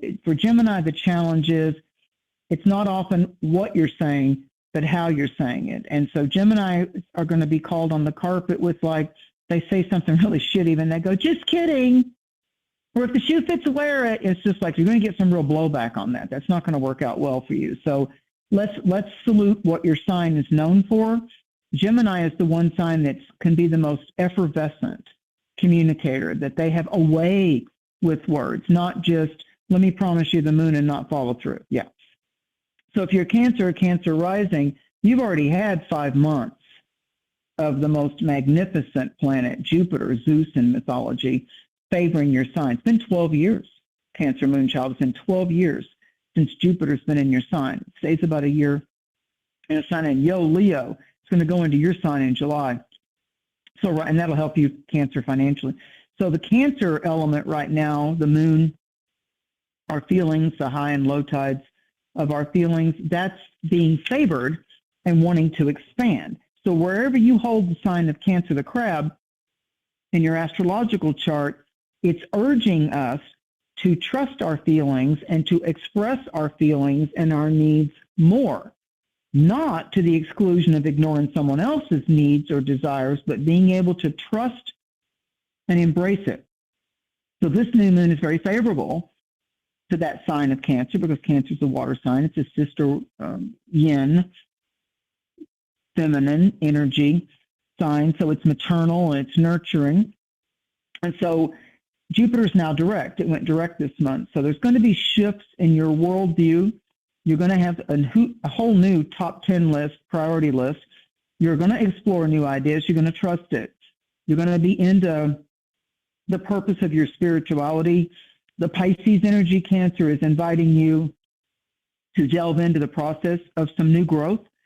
And it's going to occur because you're like Taurus. When you step outside of that comfort zone, Cancer and Taurus like things very predictable. And so if you'll listen to the urgings of your intuitive compass, if you'll trust that, take space, back up from the immediate demands of other people, and take a moment to converse or reconvene with your higher power. Maybe this is going to be the year that you really know that your spirituality is your compass. So Cancer, imagine a wider horizon and consider what kind of life and where you really want to invest your most precious currency, which is your life force. So if you're Leo, good news coming in July. Aries is very favorable to Leo. Mars is about to go into Aries. It's not there yet, but it's going to pop into Aries when we get into April. So this new moon with this last part of Pisces is putting attention on your deeper emotional flow or blockage of flow, how it's shaping your relationships. Most of the Leos I've been talking to are allowing a partner to be a little too controlling, their mind. If they're not in a partnership, the Leos are fighting with how they're trying to get a handle on everything or direct everything or what's coming next. There's a little bit of the anxiety around Leo friends and clients that I've been working with I need to have more pleasure. I need to do this. I need to do that. And I've got to get all this stuff out of the way before I can do it. And the Leos that I know that I'm working with, or Leo rising, that I'm working with, like they're tolerating stuff in an intimacy they shouldn't be tolerating. It's like they want to make the relationship work so much that they're letting that partner be a bit unbalanced or unfair with them. Like the partner's getting away with too much. And eventually, the Leo's trying to like, oh, I want to make it work. I want to make it work. So there's a fantasy of that. So the old emotional patterns or fears could be rising up to try to just grant you awareness, not to punish you, not to overwhelm you, but to show you what's ready to heal and what you tolerated before, again and again, that's not working for you. And you know, Leo, it might be your mouth, it might be your sarcasm, it might be that you're being too much for somebody else, because the sun rules Leo. Leo is a big personality anyway, whether you've got Libra or Virgo in your chart. So you've got to start being emotionally honest with yourself and not just redirect that in the course of a relationship. If you're Virgo, we talked about this last lunar eclipse, Virgo, that definitely affects you Virgos and you Pisces for 90 days. So you count 3 full moons from March. So March is number 1. So that was the one in Virgo. The next one will be in Libra. The one after that will be in Scorpio. So when we get to the Sagittarius moon, that's the release of what it is that you're put on task to listen, both psychologically and spiritually, to course correct if you're a Virgo or a Pisces, especially if you're a Virgo. Because a lot of stuff is in Pisces still. Mars is still in Pisces. The North Node is in Pisces. So this new moon is placing your closest intimacies under a spotlight and a microscope. So it's helping you get an awareness of how you can balance yourself and your participation with those people that are significant others, family members, people you work with, people you negotiate with, the bankers, the deal you want to buy or sell, all of that. So this Pisces energy, Virgo, is encouraging compassion and more emotional openness instead of overthinking it. You're going to have some realizations, sometimes just in the course of conversations, that'll bring and clarify you what truly needs to be focused on. If you're Libra, Libra, as I said earlier, this is big. This is really big. This new moon is in that 6th house of how are you feeling? Are you being able to maintain your own energy? Are you being able to take care of you instead of chasing after everybody else's needs? Over this past year, Libra, you've been juggling a lot of responsibilities and pushing yourself to keep everything running as smooth as possible. So this Pisces energy is encouraging you to slow down, but at the same time, there's high tide, low tide shifts that are changing the pattern on the seashore, on the sands of time. It's reshaping those daily routines. And we've got Mars and the North Node in Pisces. So there's going to be some changes in how you do the work that you do or the work environment. And I believe it's pushing you to a better lifestyle. So Libra risings and Libra sun signs, I believe like the work environment has a whole lot of opportunities and upgrades that you don't even see yet. Like it's going to be in that area, that 6th house, that working area, but the Pisces blessings are going to come forth to you like in most unusual ways. If you're Scorpio, again, a water sign, Pisces is an easy flavor for Scorpio to maneuver in. It's creativity and pleasure. It's your 5th house. So it's the part of you that wants to flirt with life. It's the part of you that wants to create, experiment, inspire others, and feel inspired again yourself. So Scorpios have kind of pulled back a little bit over the last year. They're okay with solitude and isolation because you Scorpios have been reflecting on what actually brings you joy beyond the satisfaction of completing obligations or expectations and paying the bills and, you know, all the stuff that we do in a regular routine. So the Pisces energy is reconnecting you, Scorpio, with your imagination and blooming different ways to express yourself. And it's going to be pleasant for Scorpios to see the people manifesting in their lives that really see them. That it's like that Avatar movie when the blue girl in the Avatar world looks at that guy and says, "I see you." Like she's definitely a Scorpio, that character in that first Avatar movie. I see you, because Scorpios see in there. They just don't always reveal it. If you're Sagittarius and you're a December Sagittarius, home, emotional roots, planting the garden, getting a new focus with a longtime family member or mate, or focusing somewhat on the grandkids or the nieces or the cousins or all of that. Sagittarius is like kind of, maybe you're going to the sporting events with a nephew or a niece, or you're being the elder wisdom for them. Sagittarius is a truth seeker. That's what they do. when they find a truth, they're more than happy to share it and to demonstrate it. And more importantly, with the younger people in their life, they like being that safe lighthouse that can help someone younger than them get the lesson of life without having to do it the hard way. So Sagittarians are really good wake-up call kinds of people. Now, they'll let you learn it the hard way, but they also, if you'll just listen to them, they're those great kind of uncles or aunts, that grandparents that'll, Sagittarians, if you'll just listen, because they've always had all kinds of really unique, varied experiences. So listen to a Sagittarius over the next month. They've got some things that could really make the path a lot easier. Capricorn, it's third house, communication, perspective, trusting your own gut, especially when it comes to whether it's a yay or a nay, a now or a not yet. I feel like that's the main thing. There's pieces of information in an important discussion that you'll make a decision on in April. But right now you're still gathering you're connecting the dots and crossing the T's. If you're Aquarius, man, your world lit up in mid-February. And now this new moon is asking you, now what makes you feel secure? Now what makes you feel valued? And what do you feel that you want to sell or buy? Is it a debit? Is it a credit?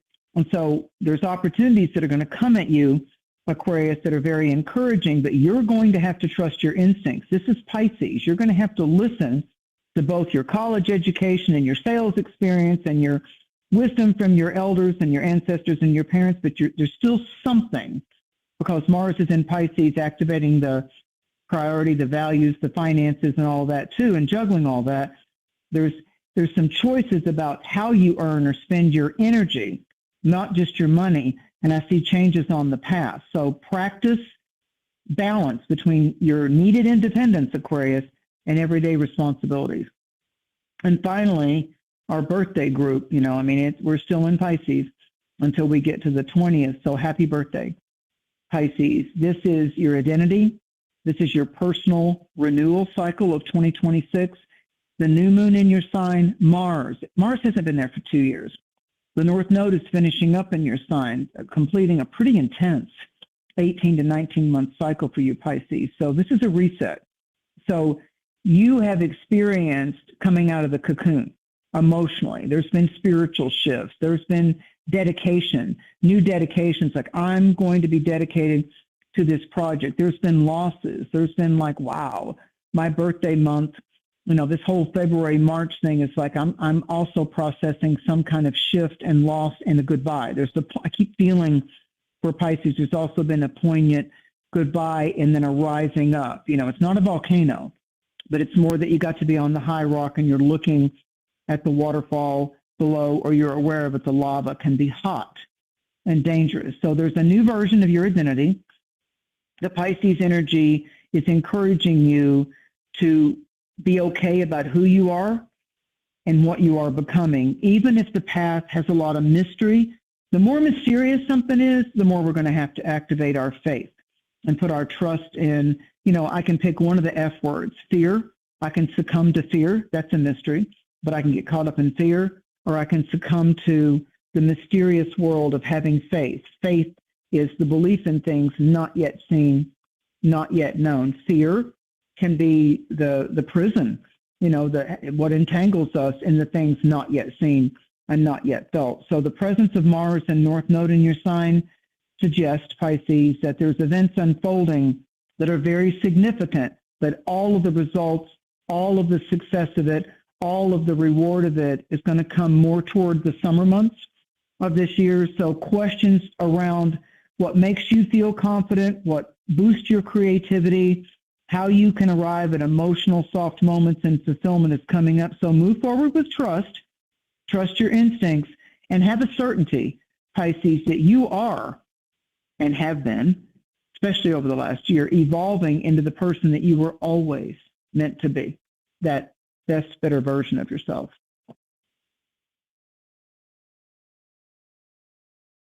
Nice. And that's the PowerPoint. That's that. Yeah, that's the PowerPoint. Yep, that's it. Well, Catch me outside. Pisces energy is always good energy to sink into mystically, I think, too, you know. I like it. Yeah, I like it. Well, it's my midheaven, so I really like it. But when you hang out with Pisces, you know, I found over all these years that when I've been around Pisces people, there's more Pisces people, rising signs or sun signs, that act like a Virgo. They overthink it. They overanalyze it. They got to deal with anxiety. And there's more Virgos that I've worked with that they act real strong and they act real intellectual and withdrawn. But a lot of the Virgos that I know, they're way more tender emotionally and can be hiding insecurities and hiding, they want to have faith something's going to work out. But I mean, Virgos come across as detached and intellectual, and they have all these sales gifts and business acumen. But when it comes to their emotions, that's kind of like their desert. That's kind of like their desert. So I think Virgos, I can really see how Virgos need to become better friends with their emotional tidal cycles. And I see that Pisces have to like not over exaggerate. What if this happens? What about it? I mean, Pisces get into the emotional spin of it, and Virgos try to maintain it. And, you can rely on Virgos to give you great business advice and intellectual pointers and all that. I mean, they're just smart people. Like, they pay attention. But deep inside of them, it kind of freaks them out when their emotions rise to the surface and they don't have a logical way to compartmentalize that. So that's the areas of our chart that have really been like the finger of it's been poking us, when you poke the dog or you poke the cat or you're playing with the cat and finally the cat just says, I'm done with you, and scratches your ass, so it's that what pokes at us is usually where the North Node, South Node, and the eclipses are happening. So we won't have eclipses again until August of this year, and there's 2 of them that happen in August. But now is the time. Whatever you do to pray, or the divination tools you like to do, or the way you can tithe or give to somebody, time. It isn't always money, but money's nice. But if you can tithe or you can do a kindness for someone, Pisces is the strongest cycle of the year to do it. We've still got the North Node there till summer. We've still got Mars there till well into April. So find someone, or as Spirit shows you someone in your path that really would benefit with just that moment of kindness, and it's in your power to do something about it, and Spirit urges you to be that one that day to do that for somebody, just do it. Just do it. Walk around. That's right. And then you guys, if you want to call in and talk to Mary, I'll go over a few minutes because we started late. So you can call in at 940-374-6435. I've dropped the number in the chat. We have multiple lines, so you don't have to keep calling back or anything like that. If you can hear us talking when you get in, then you're in. So just hang out and wait for your turn. 940-374-6435. That's the call-in number. And then I think we have 631 area code. You're on the air. Who are we speaking with? I'm speaking with Ryan. What's up, man? Not much, brother. How are you? I'm doing good. What's on your mind? Oh, just the beautiful synchronicities of harmonious life being lived. Right on. You right on. Do you got a question man. for Mary, or do you want her to pull a card? Or? No, I didn't have a question. I just wanted to put my hat in the ring. Right on. I've been listening to you personally for a number of years right now, and it's, you put out some really quality stuff that seems to resonate. It's never not resonated with me, and that's good, man. Everything that Mary. Actually, I suppose maybe I could put in a question, not question. Weird thing. Everything that Mary has been saying seems to resonate so deeply.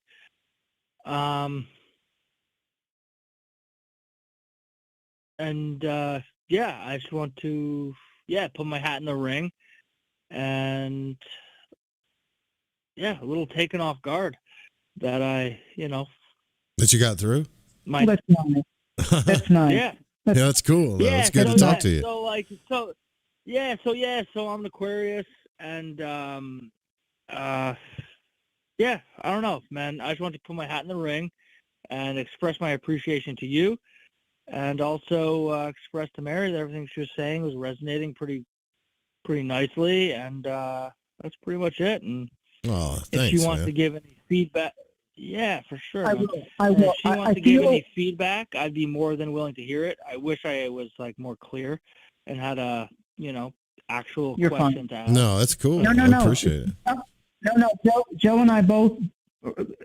Sometimes you don't have to have a question. Sometimes I know my most effective synchronistic readings and through my whole life is when I just simply said in prayer, if I was getting a reading of any kind or pulling my own reading, it's like, and what would you want to give me? What would you want to say to me, Spirit? I just want the confirmation. What is it you want to tell me? So what I get with you is I get a mending. I get that some components are coming together, just like when you get a needle and thread and you're going to sew up that little rip that's happened. It's like, oh, I can fix that. I can make that happen. You get some super glue and you put the car upholstery back together type of a thing. It's like the mending and fixing, like, oh, that's not that bad. And then the animal that I'm seeing in my mind is the bison, the buffalo, and I feel like it's the ancientness and history, and you might get on your internet search engine of choice and type in what is the medicine totem meaning of buffalo or bison. Like, do that over this next week as we're coming into the astrological new year. But I feel like it's something to do with the richness of your past and how that's going to match up. And again, we're mending how that's going to sew together some abundance of the present. Because just me knowing that you're an Aquarius, April is going to be so much easier for you to do with security and finance and new opportunities. I don't care if it was a day job and I just want to do this I'm going to go be a coffee barista. I'll come and I'll work from 3 to 5 because I just want to meet people. I can be part-time. I just want to connect with some new people socially. There's going to be some really Aquarian unique things that you do between April and July that I think is going to up-level everything around you socially. Like, it's going to let you engage in a new version of yourself with the type of people that are coming around you at this point in your life. Yeah. Thank you so much, Mary. I really appreciate that. And actually, I've looked into the bison, and it's like walking through the storm, in comparison to the rest of the creatures, sort of a situation. And read more about it. There's more. Read more about it. And then call us back and let us know. I will, Mary. Thank you so much. I really appreciate it. Thank you.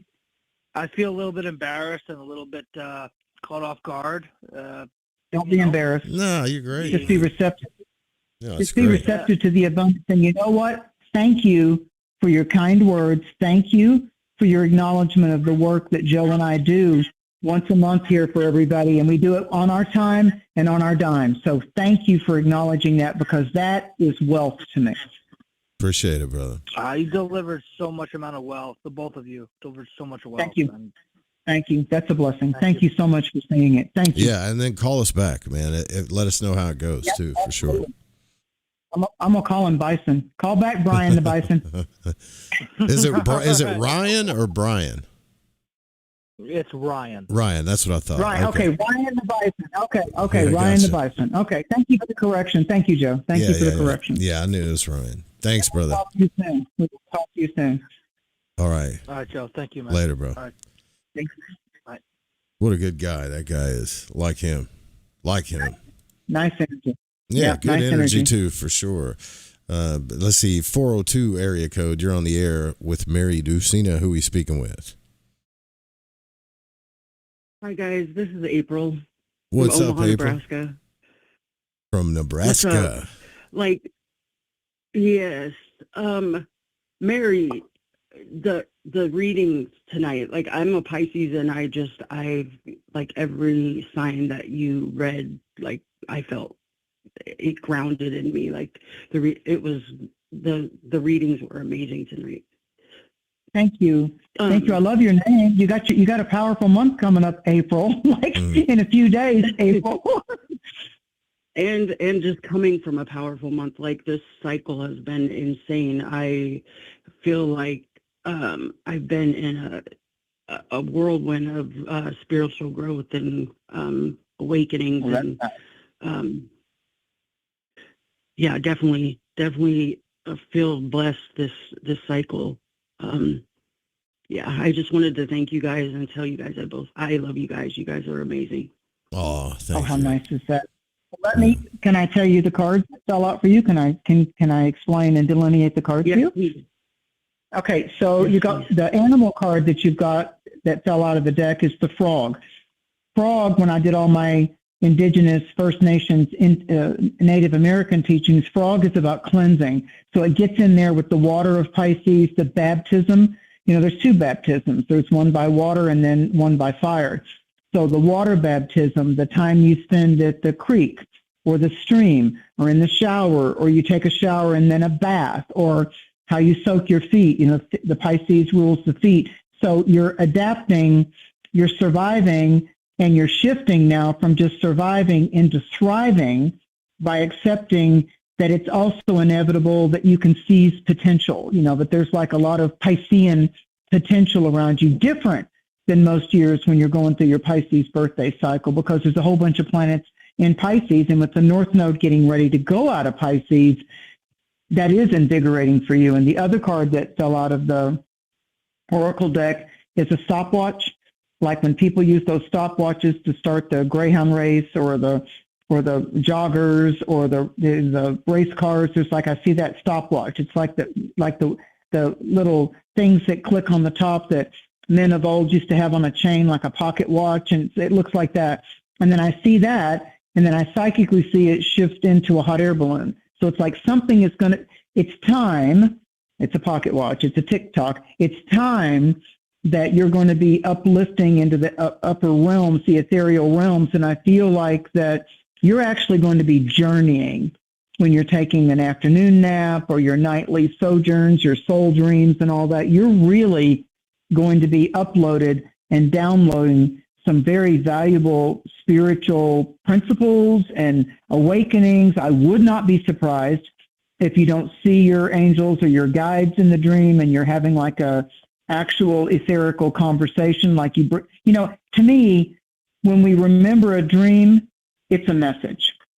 It's not just a dream. It's a message that came back from those other realms and dimensions. And I see that going on with you. So maybe some dream study, maybe analyzing the symbols of the dreams, maybe playing some YouTubes or something that are about dream interpretation, or journaling, more of the dreams and everything. That really accelerates all of that. And maybe even what Joe likes to prescribe to, the Monroe teachings of, the out-of-body experiences and that dimensional language. I feel like that's real strong for you over the next 3 to 4 months.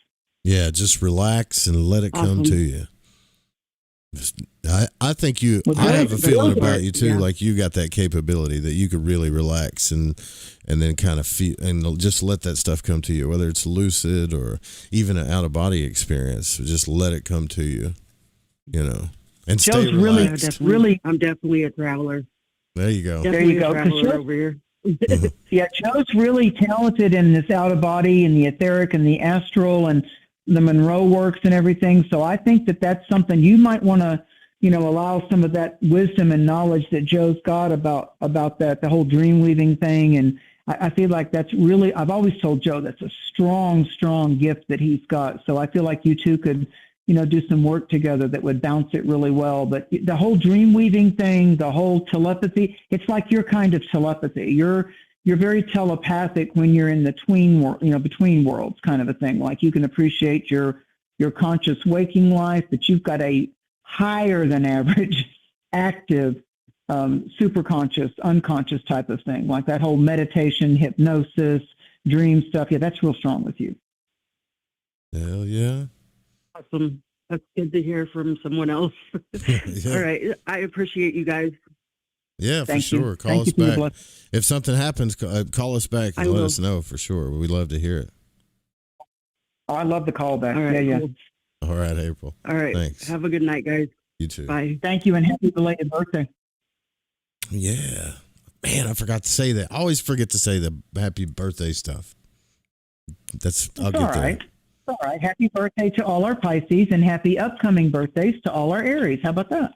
You know, the thing about Pisces too that I like, I mean, I've been surrounded by them a little bit, is the Pisces ability to, it can get a little too woo when it comes to feeling, but nobody can feel the depth of something like Pisces. I don't want to just say a person, but the Pisces energy can feel the depth of everything, especially like mystical and dreamy and that kind of stuff, and it's really cool. You know, emotionally too. In all of our charts, in all of our personal Earth birth, aka natal charts, the Pisces area, the Pisces house. Forget about the planets for a minute. And just wherever you have the sign Pisces, whatever house you have Pisces in, is your most ancient soul self. It's the part of you that connects immediately with what you're talking about. The higher energy, the higher realms, the spirit connection. So learn, you know, that's what I think at each new moon, if we would just focus on this one's in Pisces. So don't look at your whole chart all the time. Just look at what house do I have Pisces in. That's what's going to be really active for the next 2 weeks. Yeah, buddy. Man. And that's the way you learn your chart the easy way. You know, you look at, as the wheel is turning, with all the signs. Externally right now, we're going to have Aries when the sun goes into Aries, but the internal stuff right now is really got an emphasis on Pisces. Mars is still there. The North Node is still there. The eclipse in early March when the sun was in Pisces was the full moon in Virgo, but it was an eclipse. So that's still hidden. Wherever you have Pisces, exactly 6 signs away is Virgo. So if you have Pisces on the 3rd house, Virgo is going to be exactly opposite that at the 9th house, so you can get that bounce, and that's how you really, instead of the book or, you know, just straining to learn astrology, you activate it in a given year. Like we're starting Aries on the 20th, so find Aries in your chart, and the next full moon's going to be in Libra, so we'll start to learn about the Aries Libra. That's what's going to have a spotlight on it. But right now it's Pisces, and for the next 2 weeks, look at that Pisces Virgo area of your chart, and whatever you read about Pisces rules hospitals and prisons and any kind of institution or therapy of correction. So it's where we can go out on a limb, and it's where we can get really lost in a good or a bad way in something. We can get lost in addiction. We can get lost in the music. We can get lost in the pleasure principle. That's okay. Some of getting lost in something can be actually very invigorating. So Pisces is saying to us, where is our healthy escape, and how are we managing our stress? Virgo is how are we managing our mind, our anxiety, our anxiousness, that overthinking mind that won't shut up, the hamster on the wheel. You know, what about this and what about that? So if we can work with just those 2 things in our personal chart right now, I promise you'll win every time, because that's what the celestial signs, the signs and wonders of our heavens are saying. Just look at the Pisces Virgo parts of your chart. Even Mars is in Pisces right now. So the Energizer is even in Pisces. It's even in the 12th sign. So that furthers the strength, not just the sun ending up going out of Pisces on the 20th. Mars is in Pisces until we get into April. So Mars is still emphasizing Pisces until like the 10th or the 11th of April. So the main energy planet that rules Aries, which is happening on March 20th, it's still saying, I'm not done teaching you about Pisces. Damn it. Go back to the Pisces part of your chart. So whatever big resolution or healing, aha moment or epiphany or grand spiritual present that's coming to us is still there through April the 10th, even after the full moon in Libra, which is ruled by Venus. So Mars is saying, I said, because Mars starts its whole new cycle on April 10th when it gets into Aries. I'm telling you, by mid-April, we got a whole bunch of Aries going on.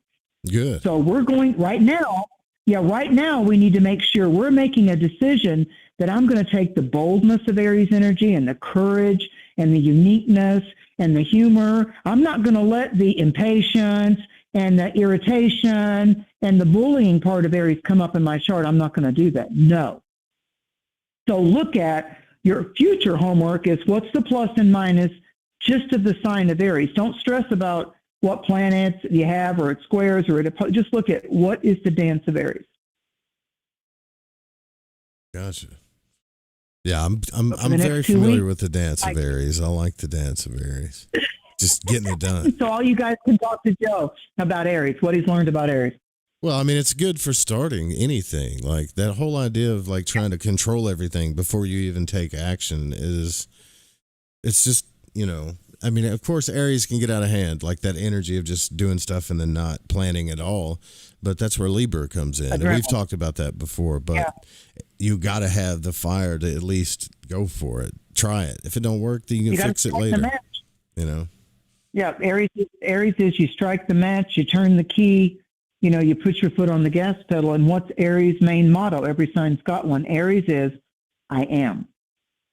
I am. So we talked about that last month. Aries is that burning bush, I am that I am. So what is it within your Aries part of your chart that you want to be more identified with? I am going to incorporate this. I am comfortable with that. I am happy with this. So that's the Aries fire that can be the initiation. To become a disciple or to be initiated, it's when you are dedicated enough to do the boots on the ground daily walk of faith or daily dedicated study of that job or whatever it is. I am going to stay with this task. I know that this is a goal that's going to bestow better parts of me, as we started out in the beginning of the show, the best, better versions of ourselves. That's an Aries initiation also. Its color is red. I mean, it's a power color.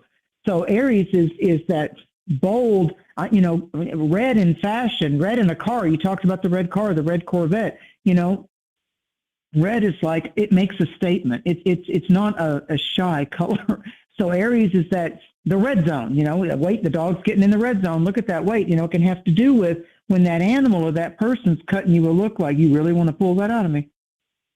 So Aries can be that. Make a choice. Don't poke it. Don't poke the tiger if you're not ready for the fangs or the claws. Don't do it. I'm going to give you one warning. Don't do it. Aries is going to give you 3 strikes.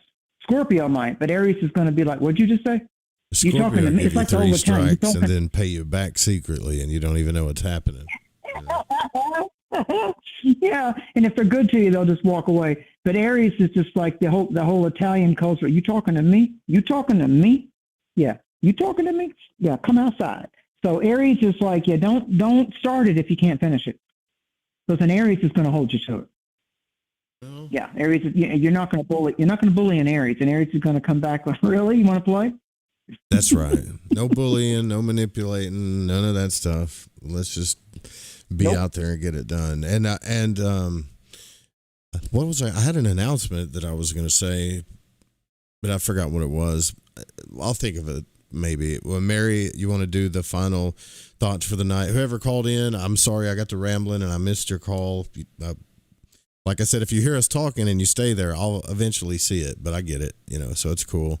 But what's the final message for this moon when it comes to with all this Pisces? I want to go. I kept getting this. I told you about 30 minutes ago. I kept going back to forgiveness. What is it to be for giving? Like, what will I be willing to give to go forward with this? And the other forgiveness quote that I found, which I do know, was by a Sagittarian called Mark Twain. It was the famous guy that wrote the Tom Sawyer story.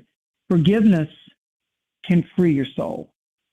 So it isn't that you need to get someone else's forgiveness, but if you can give yourself, if you can go forward by giving yourself permission, even when you know you were the betrayer, you were the deceitful one, you fooled around, you lied, you stole, whatever it was.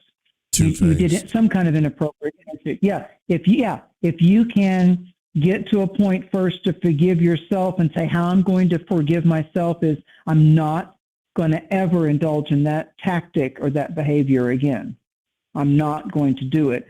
So I feel that the Piscean sweet spot is about forgiving ourselves of the former addiction or whatever it was, shopping, sex, booze, forgive yourself for ignoring that it was an addiction, going through the recovery work, looking back at, man, I was angry. God, I got out of control. At least you saw it and you corrected the behavior. So Pisces, remember, the Pisces-Virgo axis is about healing it psychologically, coming to spirit, bowing down to that higher power, So Virgo is about, we got to do the work, you can't be an alcoholic and go back to drinking and think it's going to get any better. You may slip slide, you may backslide, as they say, but you're still going to have to course correct the behavior. You don't condemn yourself forever if you backslide, but you're not doing yourself any favors. I mean, I have people that actually say to me, yeah, I'm addicted to pain pills. I just am. I'm like, really?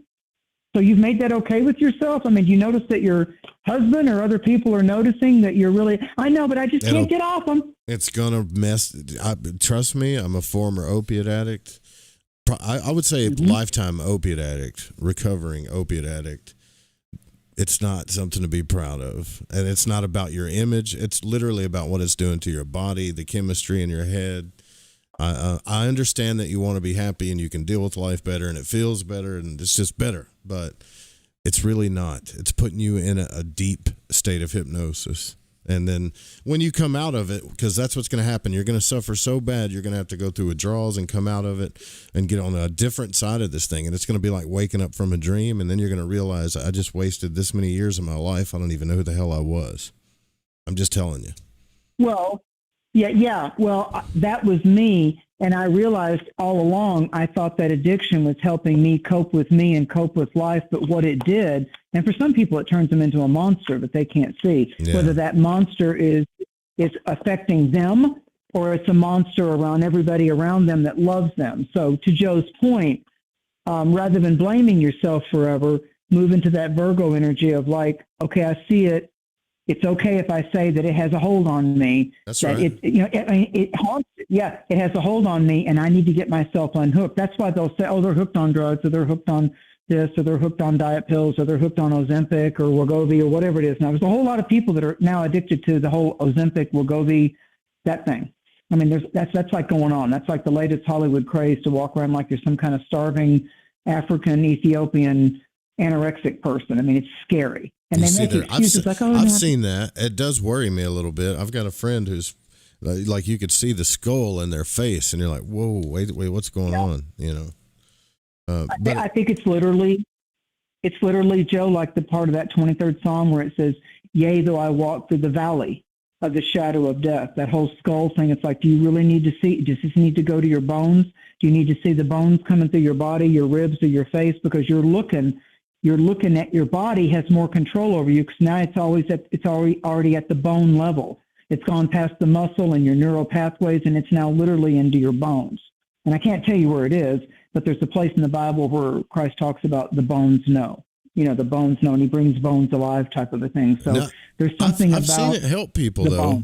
There's a difference in addiction. So just to be clear, I've seen it help people. What it's designed to do is, if you're overweight, it's to help you jumpstart and get some weight off. But to take it for the rest of your life, like, I don't know, man. The thing about the pharmaceutical companies is, I'm not going to judge anybody for what they're doing when it comes to this stuff. All I'm saying is these people are profit. I don't want to go on a tangent, but these people are profit orientated, so they're going to test stuff just enough and do whatever they have to do on a minimal basis so they can get it out in the market and get it selling. That's absolutely true. And that's true of street drugs, our drug pushers. Anything to do with the prescription or the artificial stimulant. Again, what did I say in the beginning? Maybe in moderation. If you break your bones, you're going to need to probably be on pain pills for a little while. It just happens, and it's easy. It's easy to get addicted. It's not like you're weak. It's easy to get addicted because it changes, like Valium and Xanax, it changes. It literally chemically changes your neural path highways in there. Like it's like a detour. It takes off. And so, that the interstate closed down. So the long and short of it is, let it serve the purpose that it's supposed to, heal and rise up. But it's probably also going to bring up some of those things that we have repressed or suppressed.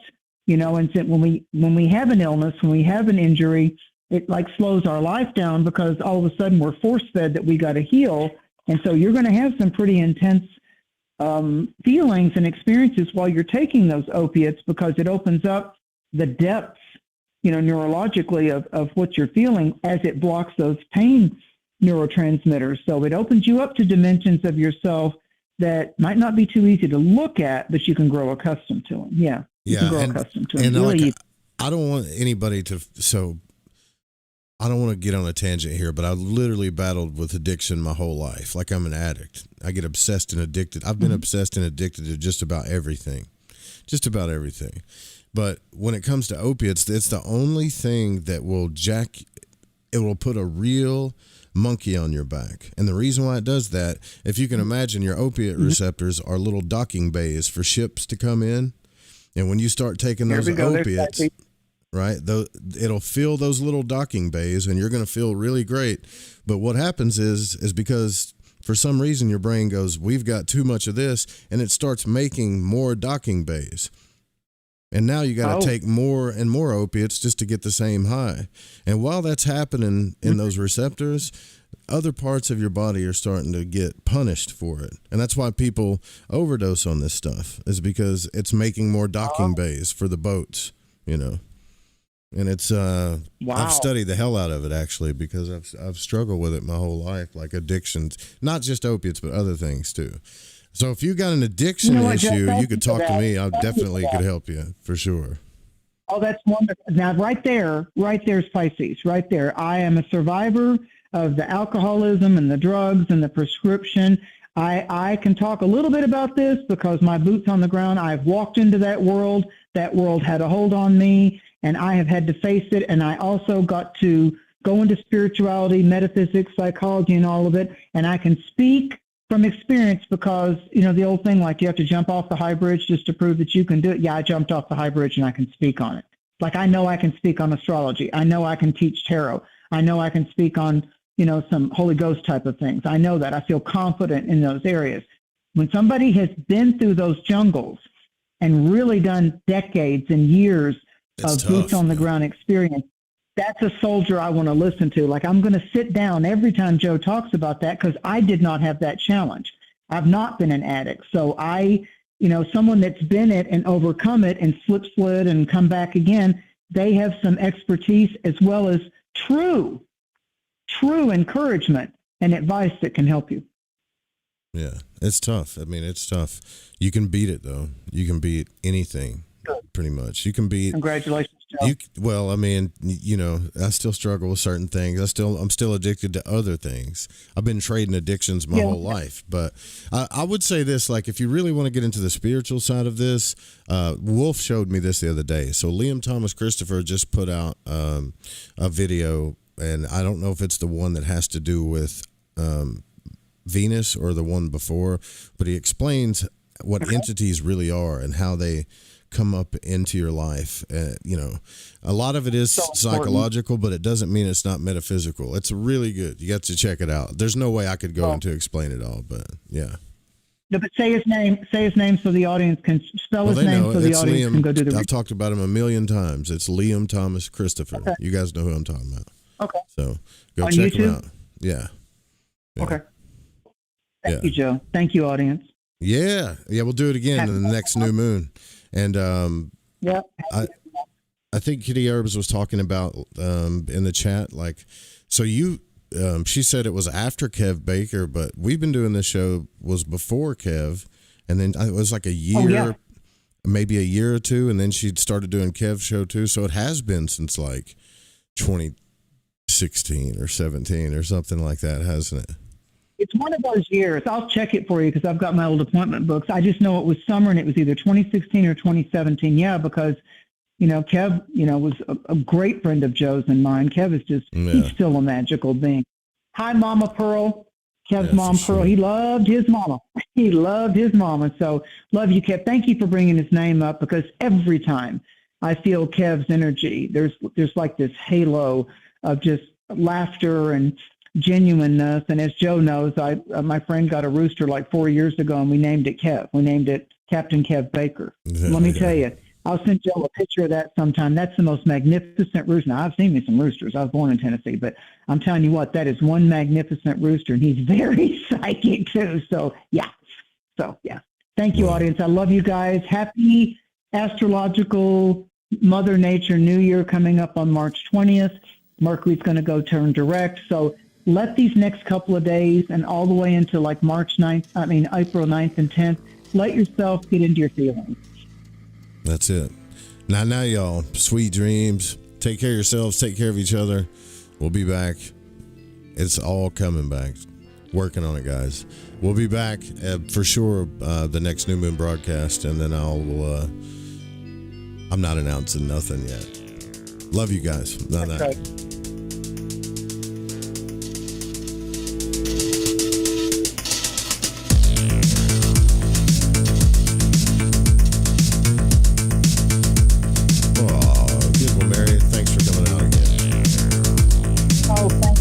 So you know, the next one's on April 17th. Let's go see what day